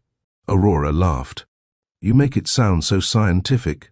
Well, there was a spreadsheet involved, he joked, his eyes crinkling at the corners. The lake stretched before them, sunlight dancing on its surface. Cherry blossoms occasionally drifted down around them like pink snow. Aurora found herself relaxing fully for the first time in months, the peaceful setting and Sebastian's steady presence creating a bubble of contentment. I used to come here as a child, she said, gazing out at the water. My mom would bring a picnic, and we'd feed the ducks and make up stories about the people we saw. What kind of stories? Sebastian asked, genuinely interested. Oh, silly things. That woman with the fancy hat was actually a queen in disguise. The old man reading on the bench was a time traveler studying our century. Aurora smiled at the memory. Mom had an incredible imagination. She could make even ordinary days feel magical. Sebastian watched her face as she spoke, entranced by the way her eyes lit up. She sounds wonderful. She was, Aurora agreed, a touch of sadness in her voice.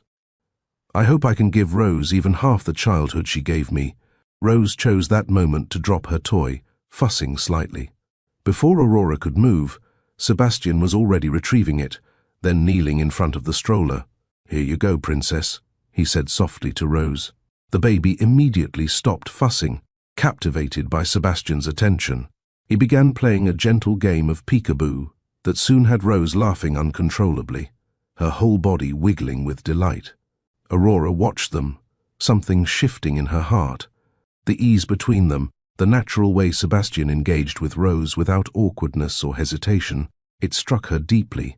Rose's father had never once shown such interest, even before he left. As they continued their walk, Sebastian took turns pushing the stroller and carrying Rose when she grew restless.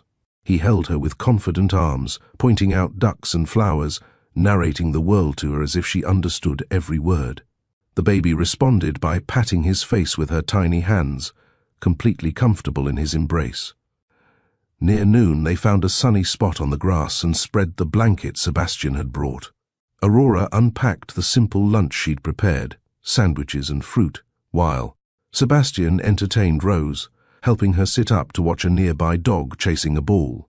You're really good with her, Aurora said as they ate. Have you been around babies before? A shadow passed briefly over Sebastian's face. Some, he answered vaguely. Children are intuitive. They know when someone genuinely cares. As if to prove his point, Rose crawled onto his lap, babbling happily and offering him a soggy cracker she'd been gumming. Sebastian accepted it with exaggerated gratitude, making Aurora laugh.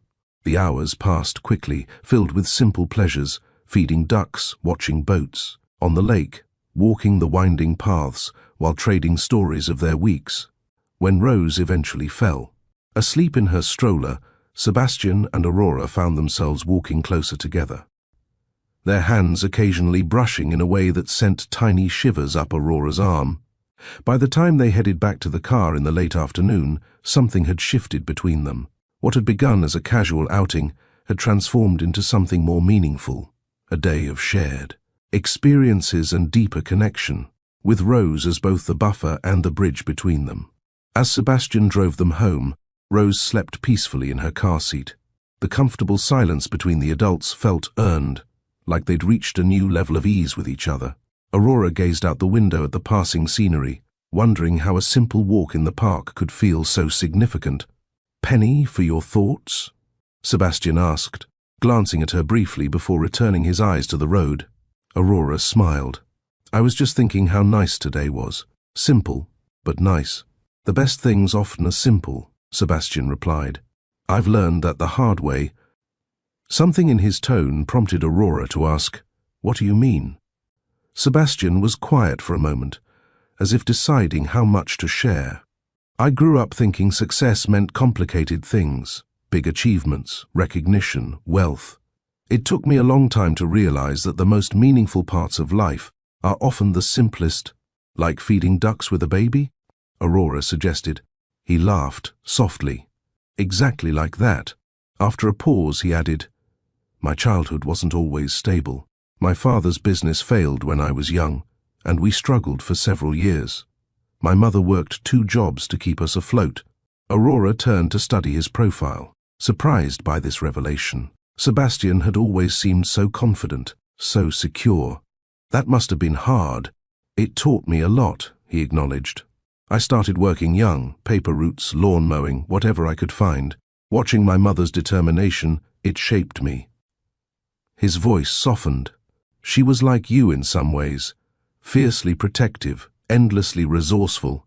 What happened to her? Aurora asked gently, sensing loss in his words. Cancer, when I was 15. The word hung between them. A shared wound. It was quick, at least. My father and we drifted apart afterward. He never quite recovered from losing her. Aurora reached across the console to touch his arm briefly. I'm sorry. Losing a parent changes you. Sebastian nodded, grateful for her understanding. What about your father? You've mentioned your mother often, but he left when I was 12, Aurora said simply. Classic story. Said he was going to the store one day and never came back. We got divorce papers in the mail 3 months later. That's terrible, Sebastian said, genuine anger coloring his tone. For both you and your mother. Aurora shrugged, an old gesture that minimized an old pain. Mom was amazing. She made sure I never felt like I was missing anything. She worked at the very diner where I work now, actually. The owner, Monica, was her friend. That's how I got the job. They turned onto Oak Lane, the conversation deepening as the car slowed. Neither seemed eager for the drive to end. What did you want to be when you grew up? Sebastian asked, parking in front of her house but making no move to exit the car. Aurora laughed. A marine biologist, if you can believe it. I was obsessed with dolphins. Mom saved up for years to take me to an aquarium 3 hours away for my 13th birthday. Her eyes grew distant with the memory. I was going to college part-time for biology before... She gestured toward the back seat where Rose slept. Before life took a different turn, Sebastian finished for her. Exactly. Aurora's smile held no regret. I wouldn't trade Rose for anything, but sometimes I wonder about that other path. It's never too late, Sebastian said. For education, I mean. Aurora gave him a wry look. Single mom working at a diner doesn't exactly scream college-bound. I think you underestimate yourself, Sebastian replied seriously. From what I've seen, you can do anything you set your mind to. The simple faith in his voice touched something deep in Aurora. How long had it been since someone believed in her potential? Since someone saw her as more than just Rose's mother or a waitress? They fell silent, the moment stretching between them, filled with unspoken possibilities.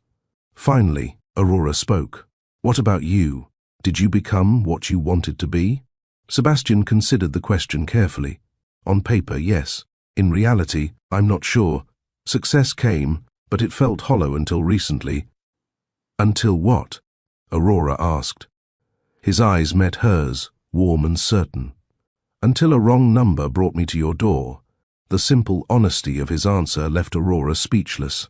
In that moment, she realized they had both been searching for something neither could quite name, and somehow, against all odds, they'd found it in each other. As if sensing the weight of the moment, Rose stirred in the back seat, breaking the spell with a soft coo. Aurora smiled, reaching for her door handle. Would you like to come in for dinner? She asked. Nothing fancy, just pasta, but there's plenty. Sebastian's face brightened. I'd like that very much. Together, they gathered Rose and her things, stepping into Aurora's home, not as strangers or even just friends, but as something new and undefined. Two people from different worlds who had somehow found common ground, in the stories they shared and the simple joy of a day spent together. In Sage Hollow, a town of barely 3,000 souls, secrets had the half-life of a mayfly. By the third week of Sebastian's daily appearances at the diner, his black luxury car parked conspicuously outside Aurora's modest cottage and their Sunday walks around the lake. The whispers had grown from curious murmurs to a steady hum of speculation. It began innocuously enough at Mabel's hair and beauty salon, the unofficial information hub of Sage Hollow. 80-year-old Gladys Henderson sat under the dryer, her weekly perm in progress, when she mentioned the handsome stranger she'd seen pushing Rose's stroller in the park. Walking with Aurora Evans, she reported to the captive audience of women in various states of beauty treatments, looking at her like she hung the moon. And that car of his must have cost more than my Herbert made in 5 years. Mabel, wielding her scissors like a conductor's baton, nodded sagely. He's been coming to the diner every day too. Monica told me he only sits in Aurora's section. Well, she's a pretty girl, offered Judith from under the neighboring dryer. Though I wonder what a man like that sees in a waitress with a baby. The comment hung in the air, not unkind but questioning, planting the seed that would grow into the town's collective curiosity about the mismatched pair. At Walter's Hardware, the morning coffee group, 6 retired men who gathered daily, to solve the world's problems over Walter's burnt coffee, had their own theories. "He's fixing things at her house," reported Frank Miller, who lived 2 doors down from Aurora. "Saw him last week with a toolbox, then again replacing that broken porch step." "Maybe he's a contractor," suggested Walter, refilling mugs. Bill Jenkins snorted. "No contractor drives a car like that or wears those clothes. My nephew's a contractor in the city, and he doesn't dress like he stepped out of a magazine." "Could be running from something," Ed Thompson offered ominously. "Rich guy hiding out in a small town? Sounds like one of those witness protection deals." The men nodded, satisfied with this explanation, until Walter's wife Ruth interrupted from behind the counter. "Or maybe," she said firmly, "he's just a decent man who cares about Aurora and her baby." Did that possibility cross any of your suspicious minds? The men had the grace to look abashed, but the conversation had already achieved its purpose, adding another layer to the town's growing narrative about Sebastian and Aurora. At First Community Church, the Sunday after Sebastian and Aurora's lake outing, the ladies of the Altar Guild gathered to arrange flowers and exchange information. They were shopping together at Green's Market, reported Eleanor Watson, who worked at the grocery store part-time. He was carrying the baby while Aurora picked out produce. Even bought her those expensive organic baby foods. "He's certainly generous," agreed Pastor Mike's wife, Martha. "Left a $100 donation in the collection plate last Sunday, and I don't think he's even a member." "Aurora deserves some happiness," said Betty Moore, the oldest member of the guild. "After that, no good man left her pregnant and alone, and then losing her mother so soon after. The Lord works in mysterious ways."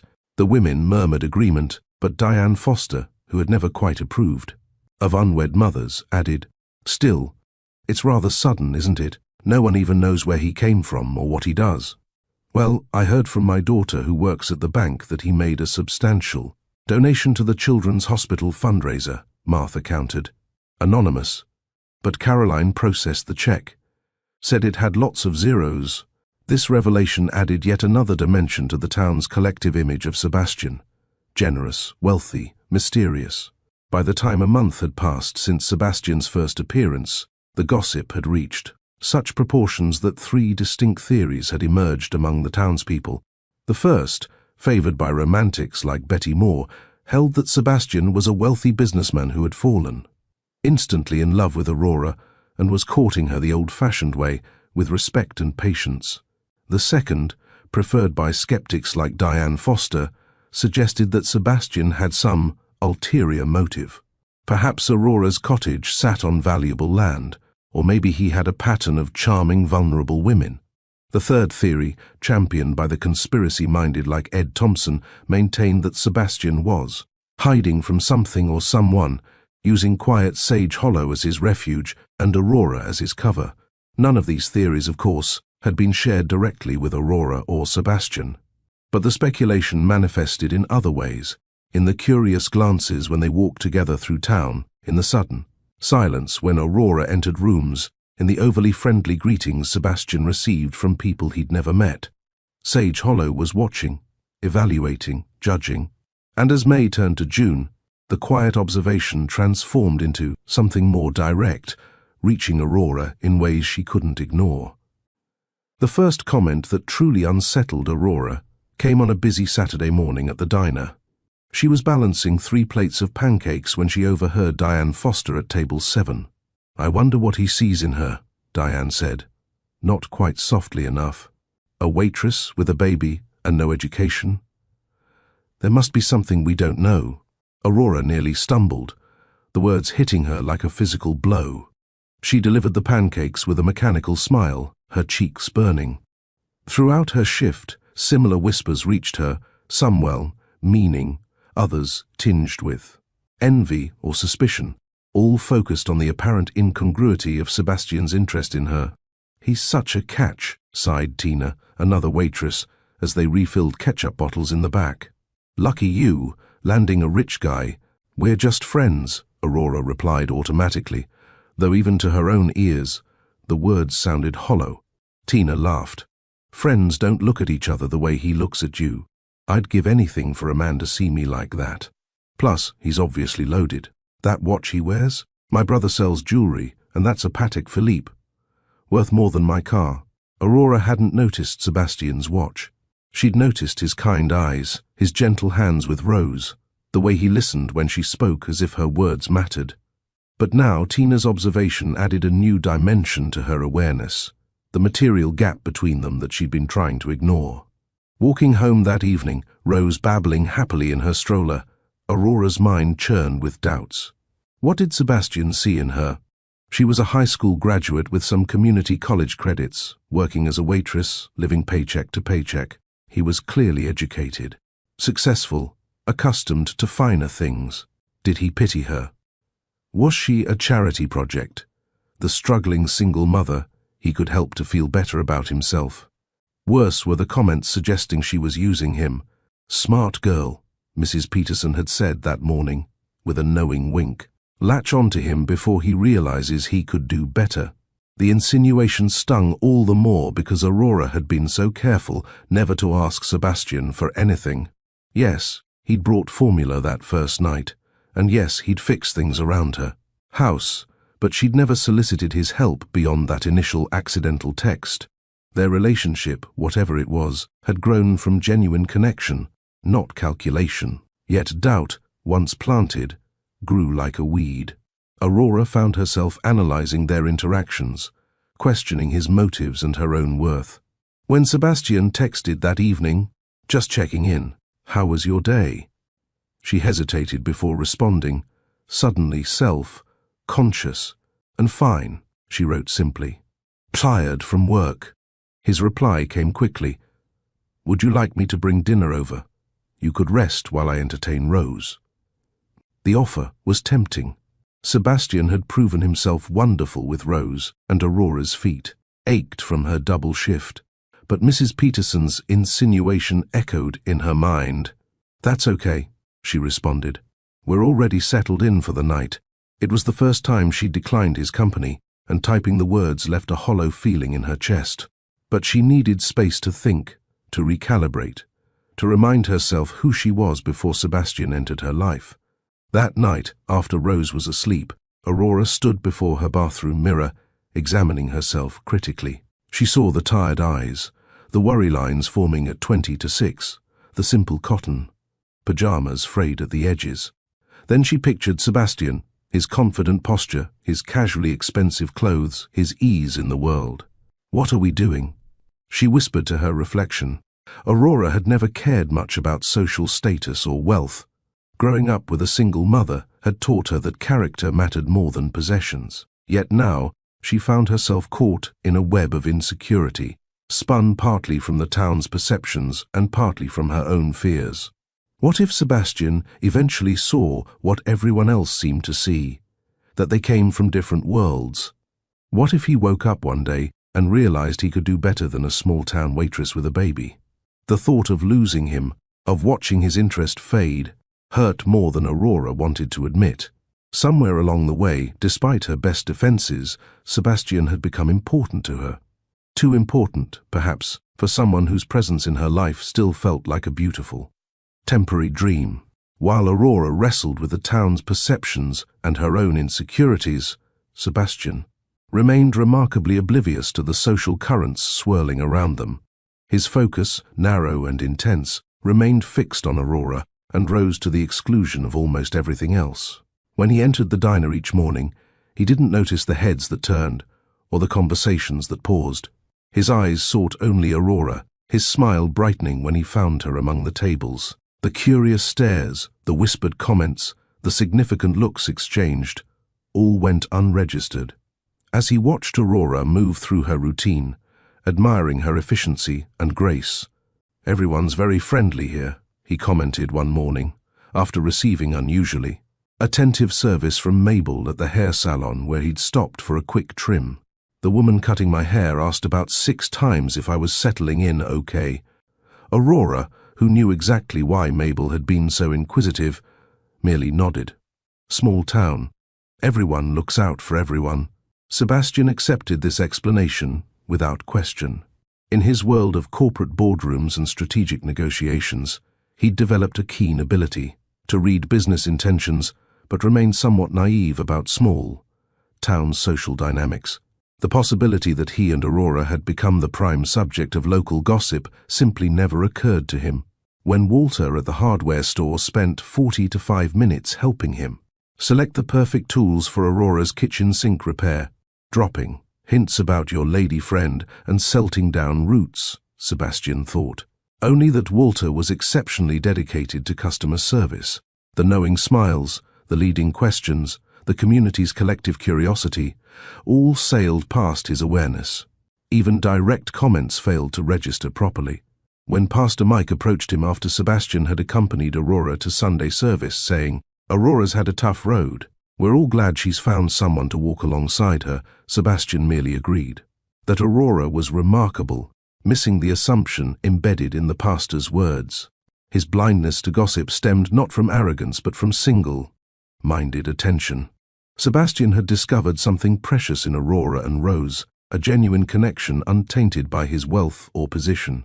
His thoughts, formerly consumed by business strategies and investment portfolios, now orbited around simpler joys, Rose's newest accomplishment, Aurora's smile when he brought her favorite coffee, the next opportunity to spend time with them both.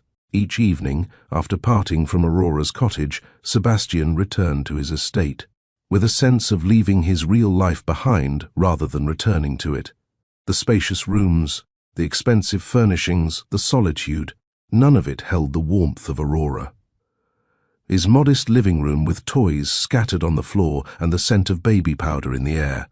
In his contented absorption, Sebastian failed to notice the cloud gathering on their horizon. While he planned their next outing and anticipated their next conversation, the town's curiosity was crystallizing into expectation, and Aurora's doubts were deepening into fear. The whispers would soon grow too loud to ignore, and the bubble of joy they'd created would face its first serious test, one that neither Sebastian nor Aurora was prepared for. One blustery afternoon in early June, Aurora had an unexpected visitor. She had just finished bathing Rose and was preparing to bundle her up for a nap when a knock sounded on her door. Wiping her hands on a towel, Aurora opened it to find a well-dressed older man standing on her porch. He wore a tailored suit and carried an air of importance that immediately made Aurora feel self-conscious in her simple jeans and sweater. "Good day," the man greeted with a polite but formal smile. "I apologize for the intrusion. I'm looking for Sebastian Davenport. I was informed this is where he's been frequently staying." Aurora blinked in confusion. "Sebastian? He doesn't live here." The man glanced down at a notepad he carried. "Ah, you must be Miss Evans, then. Pardon me, I should introduce myself. My name is Randall. I'm Mr. Davenport's personal assistant. I tried reaching him at his estate, but he wasn't in, and I recalled he mentioned spending time at an address on Oak Lane, which led me here." Aurora's mind whirled at the phrase personal assistant. She knew Sebastian had some business colleagues, but a personal assistant? And the way Randall said Mr. Davenport, with such deference. Who exactly was Sebastian Davenport? "I'm sorry. Maybe I can help somehow," she offered uncertainly, still holding Rose against her shoulder. The baby studied the stranger with wide eyes. Randall gave a courteous nod. "Actually, I was hoping to find Mr. Davenport regarding an urgent document that needs his signature for Davenport Industries. It's a multi-million-dollar acquisition that can't proceed without his approval." He paused, noticing Aurora's expression of astonishment. "He didn't mention who he is, did he?" Aurora felt her stomach drop. "I know he runs a business," she said slowly. "But Davenport Industries, acquisition." Randall looked momentarily chagrined, as if realizing he'd said too much. "Forgive me. I assumed you were aware of Mr. Davenport's position. He's a very private man, and I should not be discussing corporate matters. I'll take my leave." Before Aurora could gather her thoughts, Randall tipped his hat politely and left, heading back to a black town car parked by the curb. He left a crisp manila folder in her mailbox, presumably for Sebastian. Aurora closed the door, her heart pounding. Multi-million-dollar acquisition, personal assistant, Davenport Industries. The pieces clicked together rapidly, recalling little hints. Sebastian's high-end car, the estate he was renting, perhaps he owned it outright. His careful sidestepping of career talk, and even how easily he bought things like baby gear without worry. Sebastian wasn't just a somewhat successful businessman taking a break. He was wealthy, truly wealthy, possibly a CEO or owner of a big company. A billionaire? The idea seemed unreal, yet the evidence pointed that way. Aurora felt a mix of awe and betrayal. Not exactly betrayal, but confusion as to why he hadn't told her the truth about the scale of his success. She tried to calm herself as she put Rose down for her nap. Maybe he had good reasons. He probably wanted to be treated normally, and he certainly acted humble. This didn't change the fact that he'd been wonderfully kind to her. Yet, she couldn't shake a gnawing insecurity growing in her gut. All her life, Aurora had known money drew lines between people, and the chasm between her and Sebastian, if he truly was as rich as it seemed, was vast. He belonged to a different world, one of private assistance and multi-million-dollar deals, far removed from her world of bargain shopping and scraping by. She thought back to moments they'd shared, the simple dinners, his easy-going attire, the way he focused on her and Rose without any sense of superiority. He never once made her feel less than. If anything, he'd uplifted her.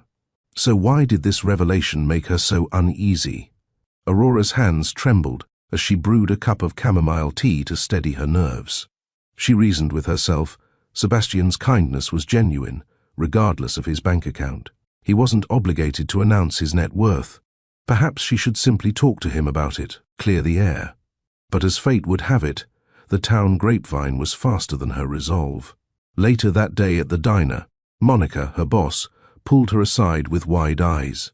"Aurora, did you hear? That friend of yours, Sebastian. Folks are saying he's the Sebastian Davenport. As in Davenport Tech? I read about him in a business magazine last year. He's a billionaire, honey." Aurora's heart sank.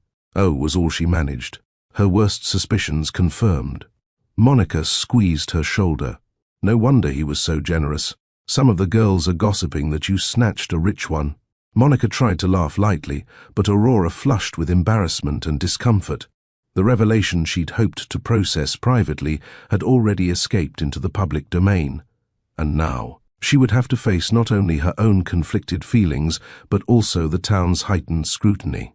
The news of Sebastian Davenport's true identity swept through Sage Hollow with the speed and force of a summer storm. By mid-afternoon, Aurora had endured a steady stream of whispered comments from co-workers and even customers. "Heard he owns half of downtown in the city. She's pretty, but why would a billionaire stick around a small-town waitress? Must be a charity case or something else." She landed herself a sugar daddy lucky girl. Each hushed remark stung worse than the last. Aurora felt mortified. Is that what people thought? That she was using him for money? That he saw her as a fling or a pity project? Tina, who had previously been friendly about Sebastian's attention, now eyed Aurora with a mixture of envy and suspicion. "So he's not just rich, he's mega rich," she commented while they restocked napkins. "Did you know all along?" "No," Aurora replied honestly, her voice tight. "I had no idea." Tina raised an eyebrow. "Come on. You must have had some clue. The car, the clothes, the way he throws money around." "He never threw money around," Aurora protested. "And I don't care about that stuff." "She throws money around." "He never threw money around," Aurora protested. "And I don't care about that stuff." "Sure, honey," Tina said with a smirk that suggested she didn't believe a word. "We all don't care about dating billionaires." The older customers were kinder but equally curious. Mrs. Harrington, a regular who had always treated Aurora with grandmotherly affection, leaned across the counter during a quiet moment. "Is it true about your young man?" she asked, her eyes alight with excitement. "Mabel says he's one of those tech moguls, worth billions." Aurora forced a smile. "I honestly don't know much about his business, Mrs. Harrington." The elderly woman patted her hand. "Well, it's about time something good happened for you, dear. After everything with Rose's father and losing your mother, just be careful. Rich men can be complicated. The concern in her voice was genuine, but it only added to Aurora's growing unease. Did everyone believe she couldn't discern Sebastian's character for herself? Did they think she was naive enough to be manipulated by wealth and charm? By closing time, Aurora's emotions had run a complete circuit from shock to embarrassment to anger and back again. Monica closed the diner's blinds and sat down across from Aurora, who was mechanically wiping tables. "It's like the town's gone crazy," Monica observed. "I haven't seen this much gossip since Mayor Thomas's wife ran off with the golf instructor." Aurora set down her cloth. "I feel like an idiot, Monica. Everyone knew but me." "Not everyone knew," Monica corrected gently. "But yes, there were signs. That watch of his alone costs more than most people here make in a year. I just figured if he wasn't telling you, he had his reasons." "That's the thing," Aurora said, frustration creeping into her voice. "What reasons? Was he studying how the other half lives? Was I some kind of experiment in simplicity?" Monica shook her head. "That's not fair, and you know it. The man clearly adores you and Rose. I've seen how he looks at you when you're not watching. That's not pity or curiosity. It's something a lot more serious." Aurora wanted to believe her, but doubt had taken firm root. The memory of Sebastian's genuine smile, his gentle hands helping Rose with her blocks, the thoughtful way he listened when Aurora spoke, these images now competed with new ones, Sebastian in corporate boardrooms, at exclusive galas, surrounded by beautiful, sophisticated people who understood his world. As Aurora left the diner, she noticed several people on the street, watching her, their expressions a mix of curiosity and speculation. She kept her head high, but inside she felt exposed, as if her relationship with Sebastian, previously a tender private thing, had been dissected and displayed for public consumption. The whispers followed her down Main Street. By the time she reached Mrs. Garcia's house to pick up Rose from babysitting, Aurora felt raw, every nerve ending exposed. Even Mrs. Garcia, who had never shown interest in town gossip, couldn't resist asking, "Is it true about your Sebastian? Elena at the pharmacy says he's famous in the business world." Aurora managed a non-committal response, gathered Rose and hurried home, seeking refuge from the relentless curiosity that had transformed her quiet life into a spectacle. Like this video, if you believe love can overcome their differences, and comment with your perspective on wealth secrets in relationships. By evening, Aurora's emotional landscape had become a battlefield of conflicting feelings. She moved around her small house in a daze, going through the motions of her evening routine with Rose, while her mind churned with questions and doubts. Rose, sensing her mother's distress, was unusually fussy. As Aurora rocked her daughter, trying to soothe her to sleep, she couldn't help but see their modest surroundings. Through new eyes that now understood the vast gulf between her reality and Sebastian's. The second-hand crib she'd been so proud to find at a yard sale and refinish herself now looked shabby. The curtains she'd sewn from discount fabric seemed pathetic attempts at homemaking. Even the books on her shelf, dog-eared paperbacks she treasured, suddenly appeared childish, compared to what she imagined must be leather-bound classics in Sebastian's library. "What was he thinking, Rose?" she whispered, tears threatening. "What could someone like him possibly see in us?" The question wasn't entirely fair, and Aurora knew it. Sebastian had never once made her feel inadequate. He had sat comfortably on her worn couch, praised her simple home-cooked meals, and treated her tiny cottage with the same respect he might afford a mansion. The problem wasn't his behavior, it was the revelation of a truth that made Aurora question everything, including herself. Had she been blind? Had her desperation for connection, for help with Rose, for adult companionship, led her to miss obvious signs? Worse, had she subconsciously known and chosen to ignore the truth because she needed what Sebastian offered? Aurora laid Rose in her crib and retreated to the kitchen, where she sat at the small table, head in her hands. Her phone buzzed. Sebastian, checking in as he did every evening. She couldn't bring herself to answer. What would she say? How could she express the storm of emotions coursing through her? Pride had always been Aurora's shield. Growing up with little, she'd learned to hold her head high, to refuse handouts, to make do with what she had. When Rose's father left, that pride had sustained her through crushing heartbreak and fear. "We don't need anyone," she had whispered to her unborn child. "We'll make our own way." Yet Sebastian had slipped past those defenses, offering help in ways she could accept without feeling diminished. He had made her feel strong even when accepting his assistance. Or had that been an illusion? Had he simply been careful not to offend her pride while viewing her as a charity case all along? Aurora's phone buzzed again. Another text from Sebastian, likely concerned by her silence. She couldn't face him tonight, couldn't sort through these feelings, with him watching her expression, reading her hurt and confusion.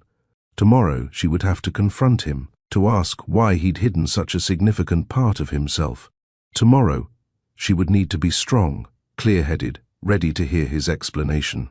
But tonight, alone in her kitchen with the weight of the day pressing down on her, Aurora allowed herself something rare, a moment of complete vulnerability, where the tears she'd been holding back all day finally broke free, and the fear that she had built her hopes on sand washed through her like a tide.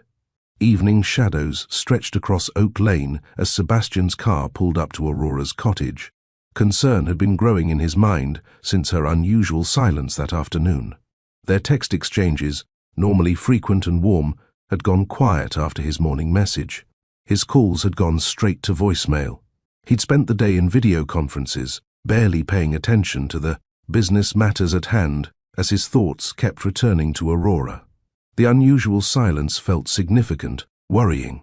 So he'd cut his last meeting short, stopped by Aurora's favorite Italian restaurant in the next town, over, and arrived at her door with a peace offering, though he wasn't sure what needed making peace. The lights were on in Aurora's house, soft yellow squares against the deepening twilight.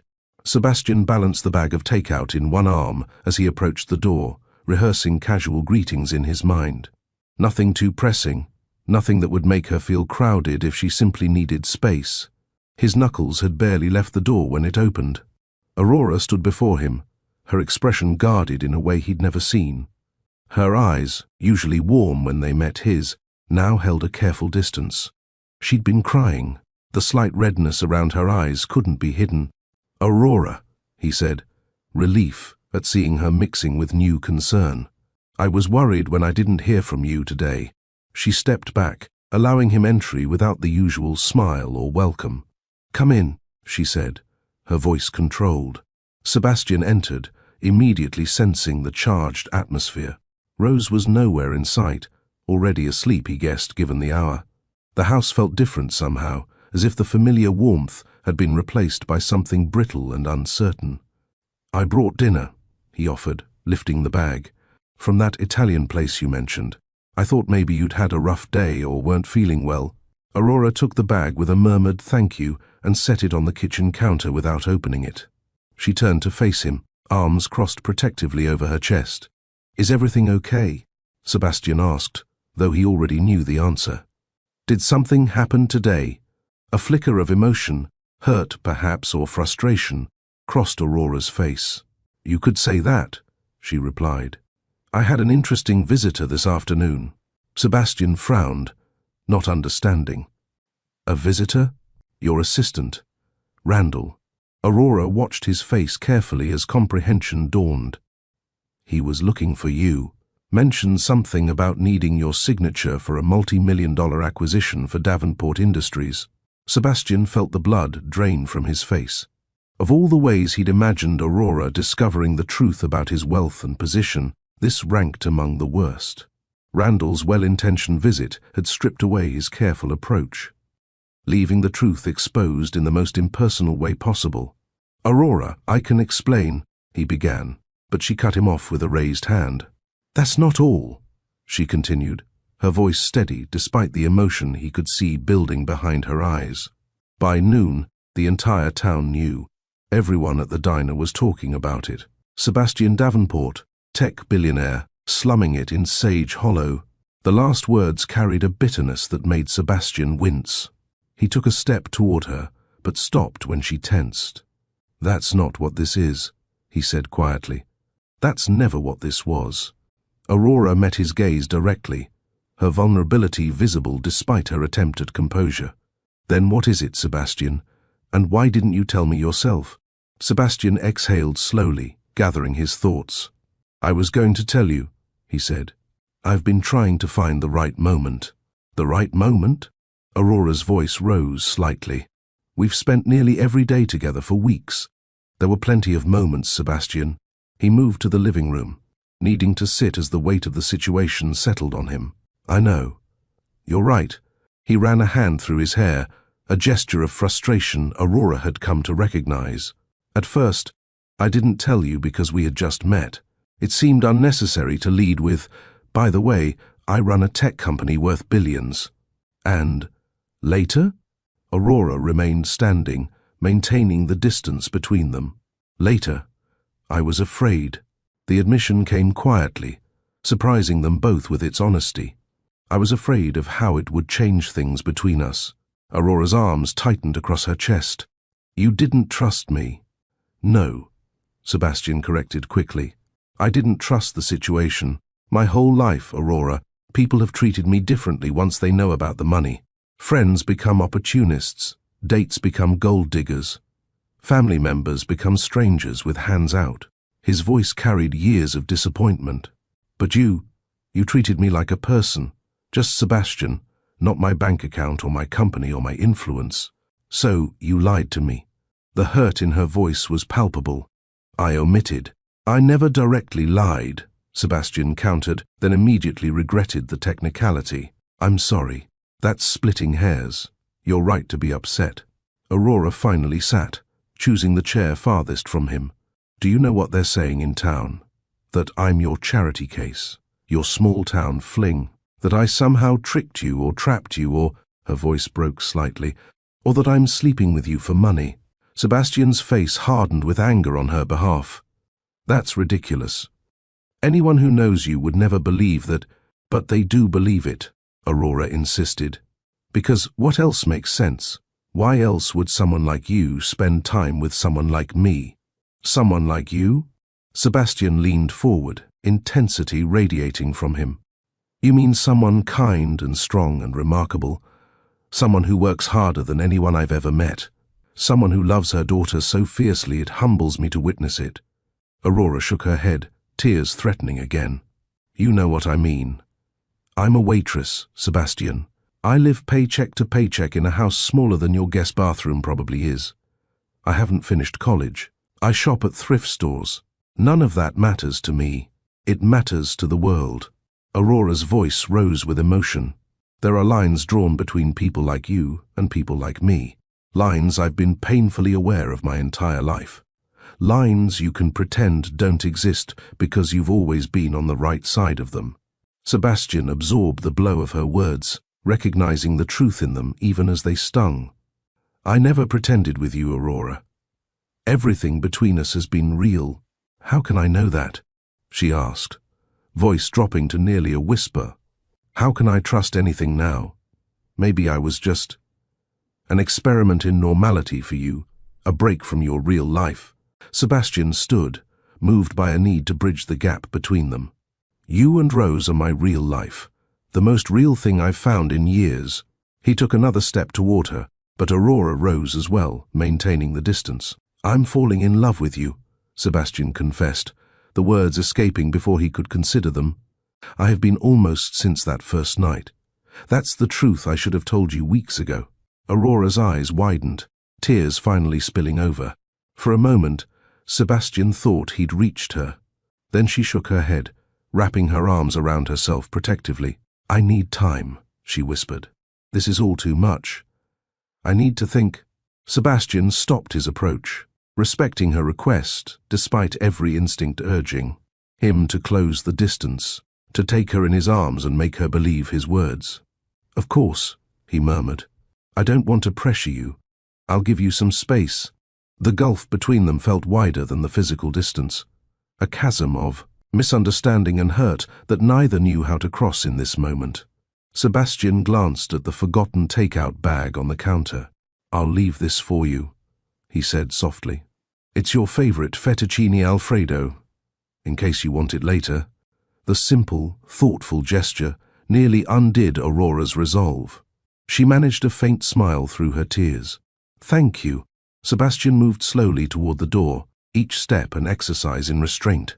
He wanted to stay, to explain further, to somehow make her understand that.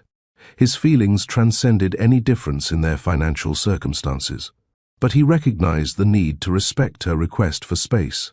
At the threshold, he paused, turning back with an expression full of longing and regret. "Aurora, please remember, nothing has changed about how I feel or who I am. I'm still the man who came to your door that night because he cared. That's the truest part of me." A tear rolled down Aurora's cheek. She nodded, unable to find words. With a last searching look, Sebastian left, closing the door softly behind him. The moment he was gone, Aurora sank onto the couch and sobbed quietly, trying not to wake Rose. Her heart felt split in two. She loved the man she'd gotten to know these past weeks. She hadn't fully admitted it until now, but his confession had echoed the truth in her own heart. Yet, she was terrified.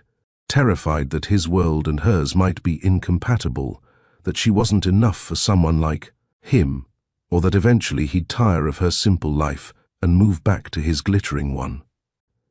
Outside, Sebastian sat in his car, staring at Aurora's little house. The lights inside cast a warm glow that only emphasized his exclusion from that warmth. He pressed his forehead against the steering wheel, questioning every decision he'd made since meeting her. Should he have been honest sooner? Had he irreparably damaged her trust?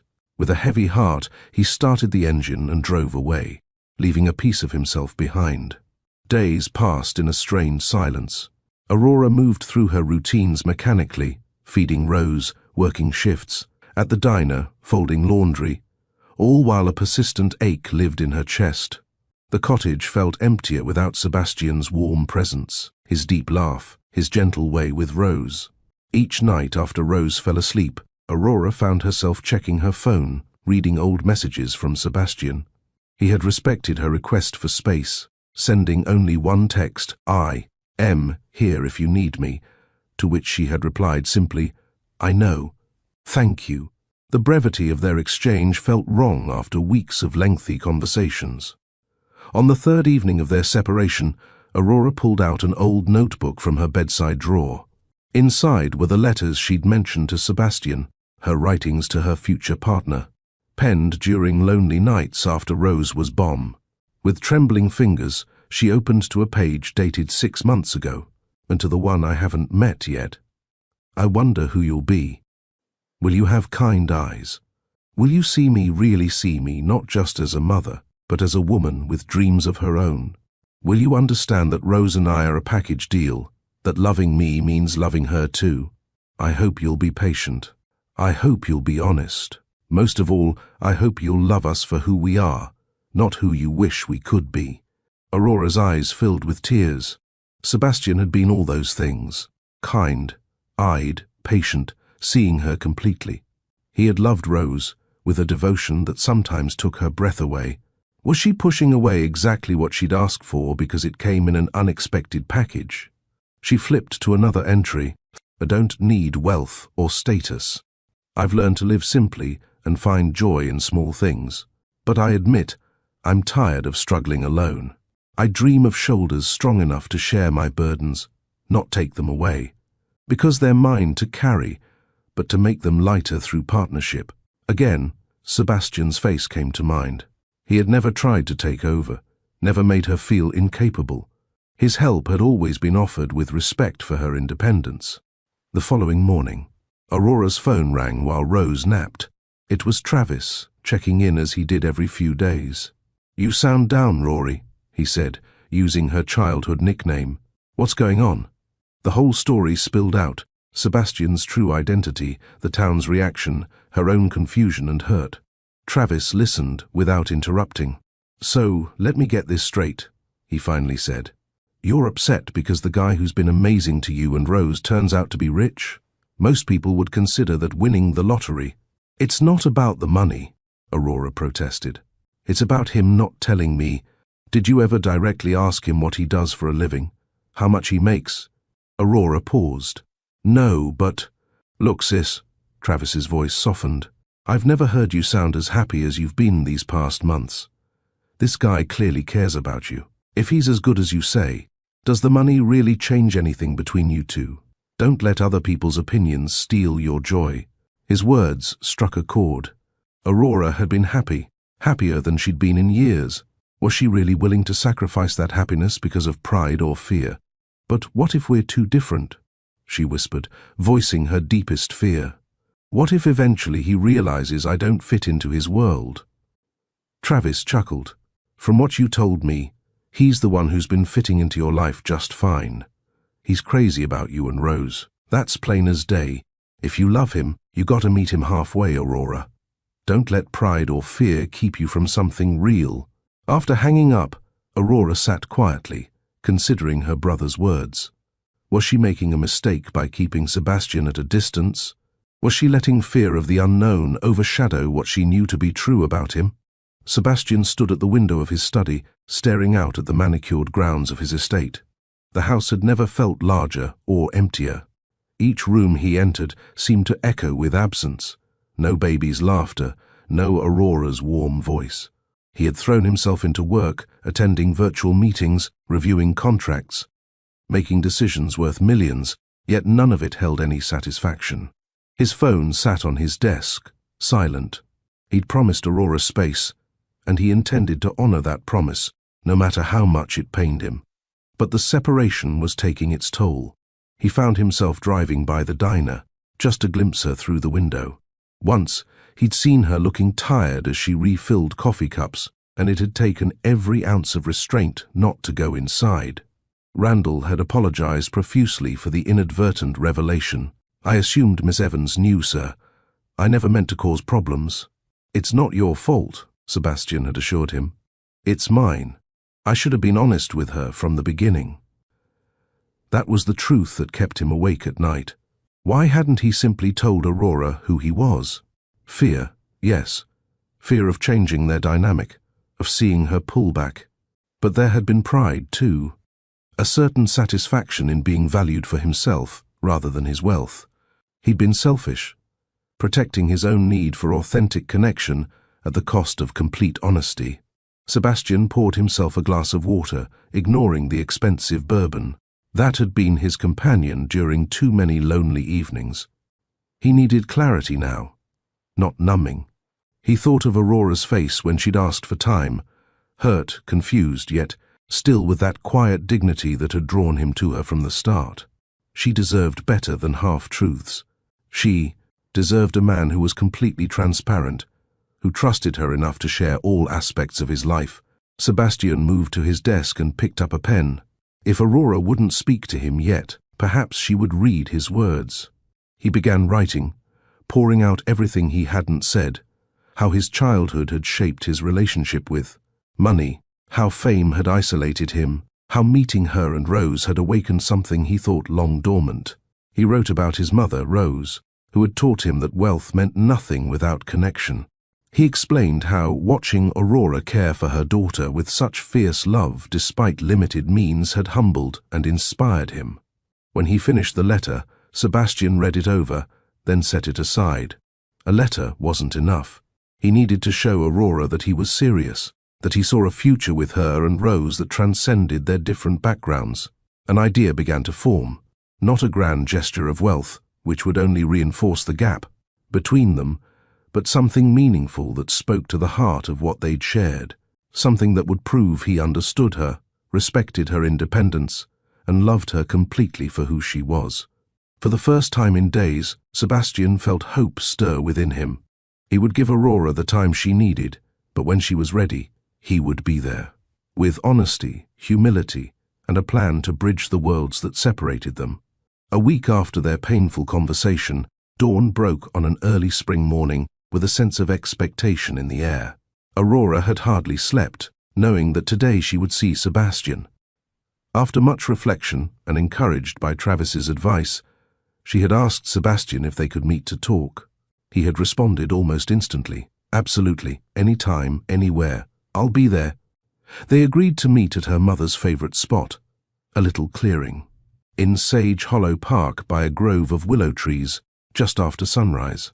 Aurora chose that spot intentionally. It was where she often went to speak to her mother, in her thoughts, and where she had written many of her letters to her future soulmate. It felt right to have this heartfelt reunion in a place filled with personal meaning. Aurora arrived first, the grass dewy under her feet and the sky painted in pastel hues of pink and gold. The town was still asleep, and a gentle mist clung to the ground. Her heart pounded with a mix of nerves and hope. She cradled one of her handwritten letters in her hand, one she had written months ago, long before meeting Sebastian, yet every word in it resonated with what she now felt for him. In the quiet, she heard footsteps on the path. Sebastian emerged through the trees, looking as though he, too, had carried the weight of sleepless nights. His eyes found hers immediately. He approached slowly, almost reverently, as if afraid she might vanish. He was carrying a small bouquet of wildflowers, daisies, baby's breath, and a single red rose in the middle. Aurora felt tears prick her eyes at the sight of that rose. "Hi," she greeted softly. "Hi," he replied, equally soft. He offered her the bouquet. "These pale compared to you, but I wanted to bring something beautiful to someone beautiful." Aurora accepted the flowers, her hand brushing his as she did. "Thank you. They're lovely." For a moment, they just stood there, the cool morning air around them, hearts full of unspoken words. Finally, Aurora took a deep breath and began, voice trembling slightly. "Sebastian, I'm sorry for how I reacted. I was overwhelmed, and I let my fear get the better of me. You didn't deserve that." Sebastian shook his head. "You don't have to apologize. I'm the one who should be sorry for not being fully honest sooner.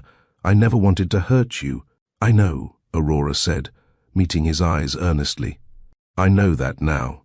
And I want you to know, everything you feared, that I'd treat you differently, I won't. I don't care about your money or your title. I care about the man who held my baby when she cried, who fixed leaky faucets in my house without being asked, who listens to me and makes me laugh. That's the man I fell in love with." Her voice caught, tears spilling over as she finally confessed the truth held in her heart. Sebastian's eyes shone, and he took a step closer, gently cupping her face between his hands. "Aurora," he whispered, his own voice unsteady. "I love you. I have from nearly the moment I met you. I think even before I fully realized it, my heart knew. You and Rose are what I never knew I was searching for." Aurora let out a shaky laugh of relief, fresh tears running down her cheeks, but these of joy. "I love you too," she breathed. Sebastian smiled, a radiant, transformative smile that chased the worry from his face. Very slowly, he leaned in and pressed his forehead to hers, as if sealing a silent promise. Aurora closed her eyes, savoring the closeness. After a tender moment he spoke, voice gentle. "There's something I want to share with you. Something I should have told you earlier." He drew back slightly to look into her eyes. "The night you first texted me, when you told me your baby's name Rose, it felt like fate. My mother's name was Rose." Aurora's lips parted in surprise. "Your mother?" He nodded, a poignant softness in his expression. "She died when I was 15. My family didn't have much then. She's the reason I do so much of what I do. To hear that your little girl carried her name, I took it as a sign that I was meant to answer your message, that I was meant to meet you." Aurora brought a hand to her heart, moved by the revelation. "Oh, Sebastian, that's beautiful. I had no idea. I thought of telling you a dozen times. I even visited Mom's grave after I met you to tell her about you and Rose. I like to think she had a hand in guiding me to you that night." Aurora felt a gentle breeze pick up, rustling the willow branches overhead. And she too sensed their mother's blessings in that quiet. "I believe it," she whispered. "Sometimes the universe works in mysterious ways." Sebastian noticed the folded paper she held. He nodded toward it. "What's that?" Aurora flushed slightly, remembering her purpose. "It's one of the letters I wrote, the ones I told you about, to my future soulmate." She looked down bashfully. "I wrote this before I knew you, but when I reread it recently, it was like I had been writing about you all along." Sebastian's eyes widened with interest. "May I?" he asked, gesturing to the letter. Aurora's fingers trembled as she offered it to him. "I want you to have it." He accepted the letter gingerly. "May I read it?" She nodded. "Yes." He unfolded the paper with care. Aurora's neat handwriting filled the page. As he read silently, Aurora observed him, how his eyes moved over her words, widening slightly, then growing misty. A couple of times his lips parted, as if the sentiments surprised him. When he finished, he looked up at her, emotion etched on his face. "Aurora, this." He struggled for words, then gently cleared his throat and read aloud. A line that struck him deeply. "I dream of a partner who will hold my child in his arms and love her as his own, who will see my broken pieces and help me build something beautiful out of them." He stepped forward, voice soft but firm as he continued. "I will love Rose as my own. I will cherish every piece of you, broken or whole, and together we'll build something so beautiful that neither of us has to be broken anymore." Aurora let out a small sob, a mix of joy and release, and threw her arms around him. Sebastian wrapped her in a tight embrace, both of them holding on as if they never intended to let go again. They stayed like that under the willow trees as the sun rose higher, painting them in golden light. It felt as though the past and future had merged in that embrace, every hardship that had led them here, every hope they dared to harbor, culminating in this perfect moment of understanding and love. After a time, Sebastian pulled back just enough to gaze into Aurora's face. He brushed a tear from her cheek with his thumb. "There's one more thing," he said, a tender excitement in his tone. From the pocket of his jacket, he retrieved a small velvet box. Aurora's breath caught as he eased down to one knee on the grass. Her hands flew to her mouth in astonishment. Sebastian looked up at her with adoration. "Aurora Evans, I know this may seem fast, but when you know, you know. I've had a bit of time to think this week, and I realized I don't want to waste another day not showing you how committed I am to you and Rose. Aurora and Sebastian have been through so much in just 3 months, from a wrong number text to falling deeply in love. But is 3 months too soon for a proposal? Some say when you know, you know, while others believe you need years to truly understand a person. Share your thoughts in the comments. Would you say yes to someone after knowing them for only 3 months? He opened the box, revealing a delicate ring, a white gold band with a small cluster of diamonds, forming a rose shape, a sparkling homage to the name that bound them all together. The early sunlight made it glisten. Aurora's eyes brimmed with tears of joy and shock as he continued, voice shaking with emotion. "You have taught me what true wealth really is. It's not money or things, it's love, family, and moments like this. You and Rose are my treasure. Will you marry me, Aurora, and allow me to be a father to Rose, and love and protect you both for all my days?" For a heartbeat, Aurora was overcome, her voice lost in the surge of happiness. She nodded vigorously, then managed to find her words, voice quavering, "Yes." "Oh my gosh, yes!" Sebastian exhaled a breath he'd been holding, breaking into a grin that sent Aurora's heart soaring. He slid the ring onto her finger, a perfect fit, then rose to his feet. Aurora threw her, arms around his neck, and he lifted her off the ground slightly as they laughed and cried at the same time. Setting her down gently, Sebastian cupped her face and finally, closed the distance between them in a soft, loving kiss. Aurora felt warmth bloom through her entire being. This kiss was everything. Sweet and gentle, a promise and a homecoming all at once.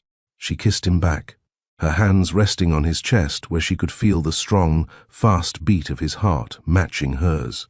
When they parted, both were smiling through happy tears. Aurora touched her forehead to his, noses brushing affectionately. "I never imagined a wrong number would lead me to the right person," she whispered. Sebastian chuckled softly, joy lighting up his face. "The best mistake I've ever made," he agreed. They spent a few more precious minutes in that clearing, savoring their newfound happiness as the world around them warmed with morning light. Eventually, hand in hand, they walked back out of the park. There was much to do, introducing Sebastian officially to a very important little girl sharing the news with. family and friends, and planning for a future that now stretched bright and full of promise before them. As they went, Aurora squeezed Sebastian's hand and said, "I believe my mom would have loved you." He lifted her hand to his lips and pressed a kiss to it. "I'll make sure to thank her someday for raising such an incredible woman and somehow guiding me to send that one fateful text." Aurora laughed lightly, leaning her head against his arm. "Well, technically, I sent the text, and I'm so very glad you did," he replied, his voice brimming with gratitude. Together they headed towards the sweet little cottage on Oak Lane, no longer three separate souls, a lonely man, a struggling woman, and her child, but a family in the making, ready to face the world side by side. The rising sun chased away the last of the dawn mist, illuminating their path. It truly was a new dawn, a beginning of a life filled with love, hope, and the unshakable bond born from one kind act and two open hearts. Later that morning, as Sebastian cradled a delighted Rose, who seemed to instinctively recognize him as someone special, Aurora found herself watching them with a heart so full it nearly overflowed. Sebastian was teaching Rose a clapping game, and the baby's giggles filled the cottage with joy. "She remembers you," Aurora said softly. Sebastian looked up, his expression tender. "I missed her, missed you both more than I can say." Aurora sat beside them, running her finger over the beautiful ring. On her hand, still feeling surreal, like a dream she might wake from. "I reread all my letters this week," she confessed. "The ones to my future partner. It was like I had been writing to you all along, without even knowing you existed." "May I read them someday?" Sebastian asked. "Not all at once, perhaps. Maybe one on special occasions, anniversaries, milestones." Aurora nodded, touched by the suggestion. "I'd like that." Rose reached for Aurora, and Sebastian gently transferred the baby to her mother's arms. As he watched them together, he said, "You know, I was thinking about your dream to study marine biology." Aurora looked up, surprised he remembered that detail from their park conversation. "I know a few people connected with the Marine Research Center at the university," he continued. "If you wanted to finish your degree someday, when Rose is a bit older perhaps." Aurora's eyes widened. "You'd support that?" "I'd support anything that matters to you," Sebastian replied simply. "Your dreams don't stop mattering because you're a mother or a wife." He said the last word with a smile that made her heart skip. In that moment, Aurora knew with absolute certainty that the letter she'd shared with Sebastian had found its intended recipient, the partner she'd been writing to all along, before she even knew his name. Morning sunshine gilded the streets of Sage Hollow as Aurora and Sebastian made their way back to Oak Lane, hands intertwined, Aurora's new ring catching light with each step. The town was waking now, shopkeepers sweeping sidewalks, early risers collecting newspapers, and more. Then one neighbor did a double take at the sight of the couple, faces radiant with newfound joy. "We're going to be the talk of the town all over again," Aurora said with a small laugh, noticing Mrs. Henderson's undisguised stare from her front porch. Sebastian squeezed her hand. "Let them talk. This time, we have nothing to hide." They walked slowly, neither wanting to rush this moment. Aurora looked up at the man who would soon be her husband, still hardly believing the morning's events. "So, where will we live?" she asked, the practical question emerging amid her happiness.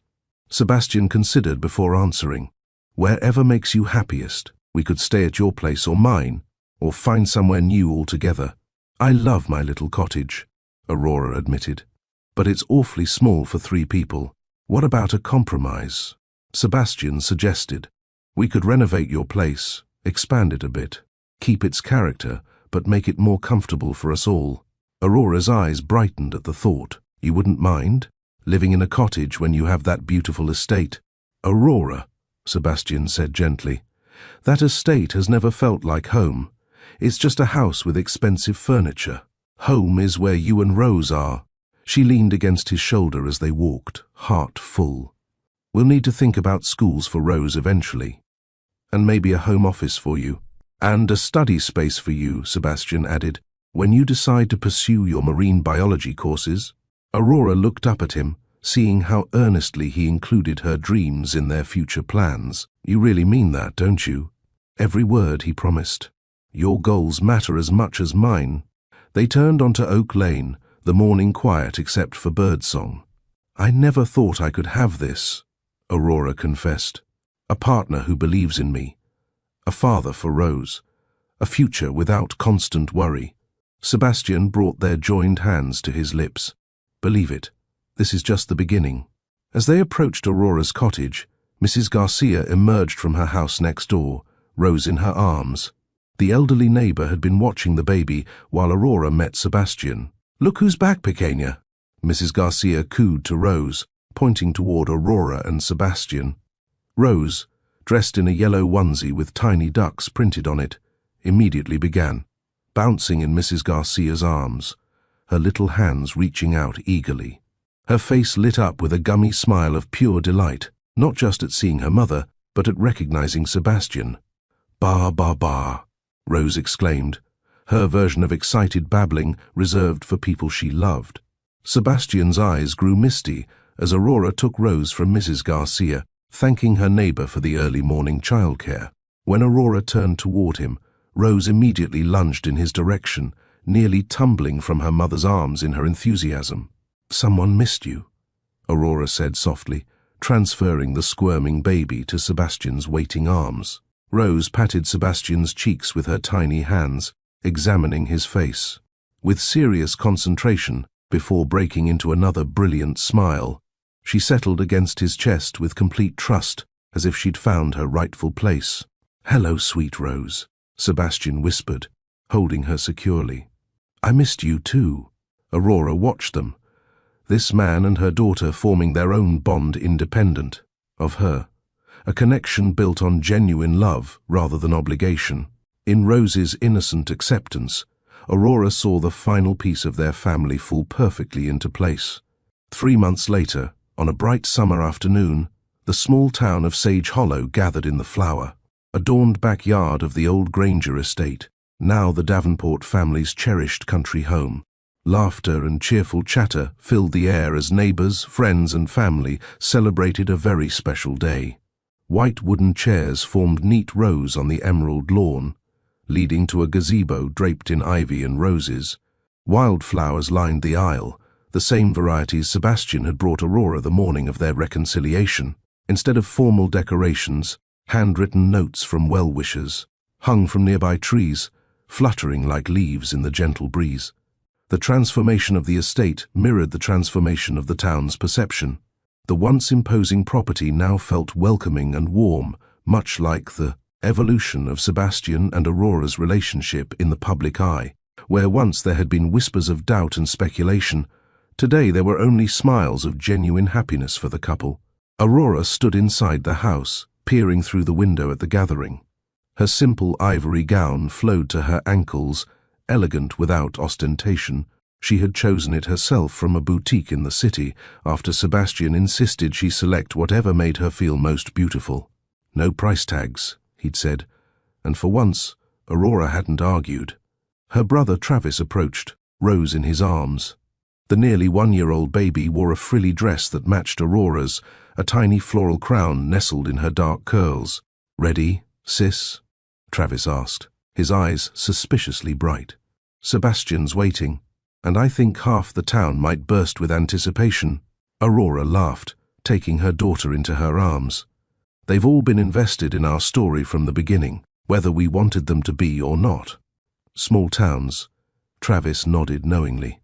Can't live with the gossip, can't live without the casseroles when times get tough. Outside, familiar faces filled every seat. Monica from the diner sat in the front row, dabbing her eyes already though the ceremony hadn't begun. Mrs. Garcia, Aurora's elderly neighbor, wore her Sunday best, her weathered face radiant with joy. Even Diane Foster, who had once questioned Aurora's motives, sat primly in the middle section, her expression softened by the undeniable romance of the occasion. As the simple string quartet began to play, Aurora took a deep breath. "It's time," she whispered to Rose, who reached for her mother's cheek with a gentle pat, as if offering encouragement. Sebastian stood beneath the gazebo, handsome in a tailored suit that somehow didn't overshadow his natural warmth. Beside him stood his best man, Randall, whose accidental revelation had nearly derailed their relationship, but ultimately strengthened it. Sebastian's eyes never left the house entrance, waiting for his first glimpse of his bride. When Aurora appeared with Rose in her arms and Travis at her side, a collective sigh rose from the guests. Sebastian's face transformed with wonder and love, his eyes filling with tears he made no attempt to hide. Step by step, Aurora approached him, carrying their future in her arms. Pastor Mike, who had watched Aurora grow from child to woman to mother, welcomed everyone with a warm smile. "We gather today to celebrate not just a union between two people, but the formation of a family," he began. "A family born from the most unlikely of circumstances, a wrong number that turned out to be exactly right." Gentle laughter rippled through the audience. For their vows, Sebastian and Aurora had chosen to write their own. Sebastian spoke first, his voice steady despite the emotion evident on his face. "Aurora, before you and Rose, I had success but not joy, wealth but not richness, a house but not a home." He reached out to touch Rose's cheek gently. "You two taught me what matters most. I vow to spend every day earning the trust you've placed in me, honoring the family we're creating, and remembering that the greatest fortune in my life is standing right here before me." Aurora handed Rose to Travis for a moment, then took Sebastian's hands in hers. "Sebastian," she began, her voice catching slightly before finding strength. "You came to my door at my lowest moment and lifted me up without making me feel small. You loved my daughter as your own from the first moment. You saw me, not just as a mother, not just as someone who needed help, but as a woman with dreams and worth." She squeezed his hands. "I vow to partner with you in all things, to build our life on honesty and trust, and to remind you every day that true wealth is measured in moments of love, not numbers in an account." There wasn't a dry eye in the audience as they exchanged rings. Hers, the rose-shaped cluster he'd proposed, with his, a simple platinum band engraved inside with the words, "Wrong number, right love." When Pastor Mike pronounced them husband and wife, Sebastian cupped Aurora's face with infinite tenderness and kissed her. Rose, now back in Travis's arms, clapped her tiny hands in delight, prompting laughter through tears from the assembled guests.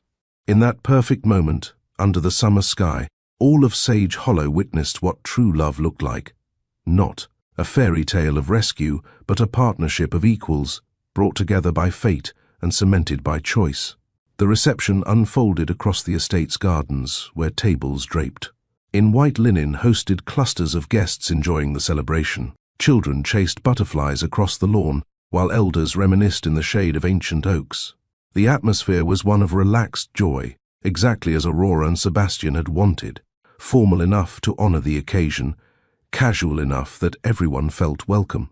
In a charming touch that reflected both Aurora's creativity and Sebastian. His resources, each table featured centerpieces created by local artisans, pottery from the high school art program, flower arrangements from Mrs. Harrington's garden club, handcrafted wooden vases from Walter's hardware workshop. Each piece came with a card explaining its origin and the story of its creator. "It's not like any billionaire wedding I've ever seen," whispered Tina to another diner waitress watching. Sebastian helped an elderly guest to her seat with the same attentiveness he might show a corporate CEO. "That's because it's not about being a billionaire wedding," Monica replied, overhearing. "It's about being their wedding." Near the garden's center stood a unique feature that had guests approaching with curiosity and leaving with emotion. A large table bore a sign, "In gratitude, kindness given, kindness shared." On it were gift bags for each guest, small tokens and handwritten thank you notes from Aurora, expressing how each person's kindness, from Mrs. Garcia's moral support to Monica's flexible shifts at the diner, had helped her when she was struggling. Sebastian had added something extra to each note, a pledge that Davenport Industries would donate generously to the town's community center and establish a fund to support single parents in the area. It was the couple's way of paying forward the kindness that had brought them together. Aurora watched as a few single mothers from town, who had been invited as special guests, opened their envelopes with surprise and relief. Some had tears, realizing their burdens would be a little lighter thanks to this fund. Aurora's heart swelled with purpose and gratitude. She caught Sebastian's eye across the lawn, and they shared a smile that spoke volumes. They would never forget where they came from, and they would strive to be the same beacon for others that fate, and their own hearts, had been for them. The reception continued with dancing on a wooden floor set up beneath string lights.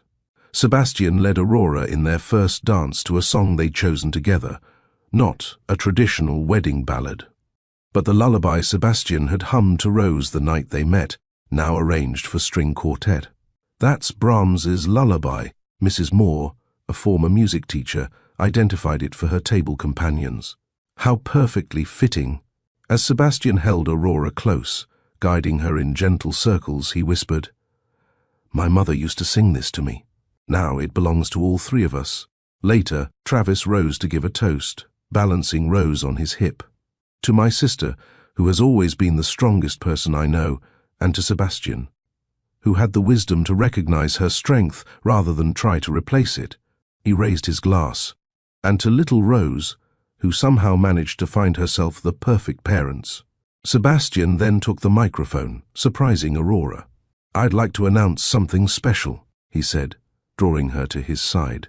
"In honor of our wedding, we're establishing the Rose Davenport Foundation for Single Parents. It will provide educational scholarships, childcare assistance, and emergency support for families in need, beginning here in Sage Hollow and eventually expanding nationwide."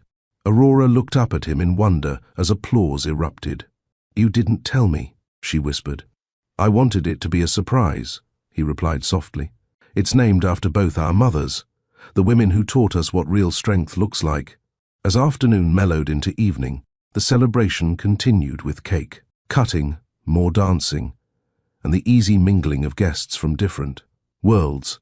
Sebastian's corporate colleagues chatting with Aurora's diner, regulars, city friends exchanging recipes with town matriarchs. What struck everyone most was how perfectly the couple complemented each other. Sebastian's resources matched with Aurora's heart, his vision with her practicality, his worldliness with her groundedness. Together, they created something neither could have built alone, a bridge between worlds that benefited everyone it touched. As twilight fell and fireflies began to twinkle in the warm evening air, Sebastian pulled Aurora aside for a quiet moment. With Rose snoozing in Travis's arms for a bit, they strolled hand in hand through the garden. "Think back to that night," Sebastian murmured, pressing a kiss to Aurora's temple. "Could you have ever imagined it would lead here?" Aurora leaned her head against his shoulder, smiling as she remembered the frightened woman she was, texting a plea in the dark. "Not in my wildest dreams," she replied. "I was just hoping for a bit of baby formula, and I found a partner for life. I found a family," Sebastian said softly, wrapping an arm around her waist. Aurora looked up at the first stars peeking out. "My mother used to tell me that we're given second chances in life if we open our hearts. I think I finally understand what she meant." Sebastian nodded. "Your courage to ask for help set everything in motion. You taught me that showing vulnerability isn't a weakness, but a strength. It brought us together, and your kindness changed our lives," Aurora added, touching his wedding ring, which glinted in the soft light. "You had every reason to ignore a random message, but you didn't. You reminded me that there are good people in this world willing to help purely out of compassion." They shared a gentle kiss, both silently thanking the twist of fate that united them.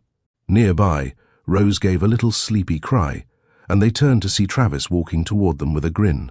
"Someone's asking for Mom and Dad," he teased, using the new titles playfully. Aurora's eyes met Sebastian's, and they both felt a warmth at being called Mom and Dad, a family indeed. They walked back to join Travis. Sebastian scooped Rose into his arms, and the baby settled instantly against his chest with a content sigh. Aurora wrapped an arm around Sebastian as they stood together, looking around at the love and happiness that filled their home. In that moment, she felt the presence of her mother and his, and all the blessings that had led them here. Life had not turned out at all how she once feared. It was far better. She had learned that kindness from a stranger can blossom into the purest love. that accepting help can lead to healing, and that true love isn't about money or status, but about caring, sacrifice, and showing up for each other every single day. Sebastian, in turn, had learned that opening his heart and humbly seeing people for who they are brought him the family and happiness he'd always secretly longed for. Under the canopy of stars, as music and laughter floated around them, Aurora reached up and whispered into Sebastian's ear, "Thank you for replying to my text." He chuckled softly, holding her and their daughter close. "Thank you for sending it." Their eyes met, full of understanding and devotion, and together with Rose, they looked toward the horizon. The past was behind them, and a bright future, rich not in money alone but in love, family, and community, awaited. It was a future they would greet with open arms, forever grateful for the mistaken message. That changed everything, and the love that proved strong enough to bridge any gap. And so, the poor single mom and the lonely billionaire found in each other what they had been missing: a second chance at family, a love beyond measure, and the beautiful proof that sometimes the smallest act of kindness can ignite a lifetime of happiness. If this story touched your heart, please subscribe to Mr. Roman's Story Vault for more heartwarming tales of unexpected love, second chances, and the beautiful moments that change lives forever. Hit that notification bell to never miss an upload, and let me know in the comments which part of Aurora and Sebastian's journey resonated with you most.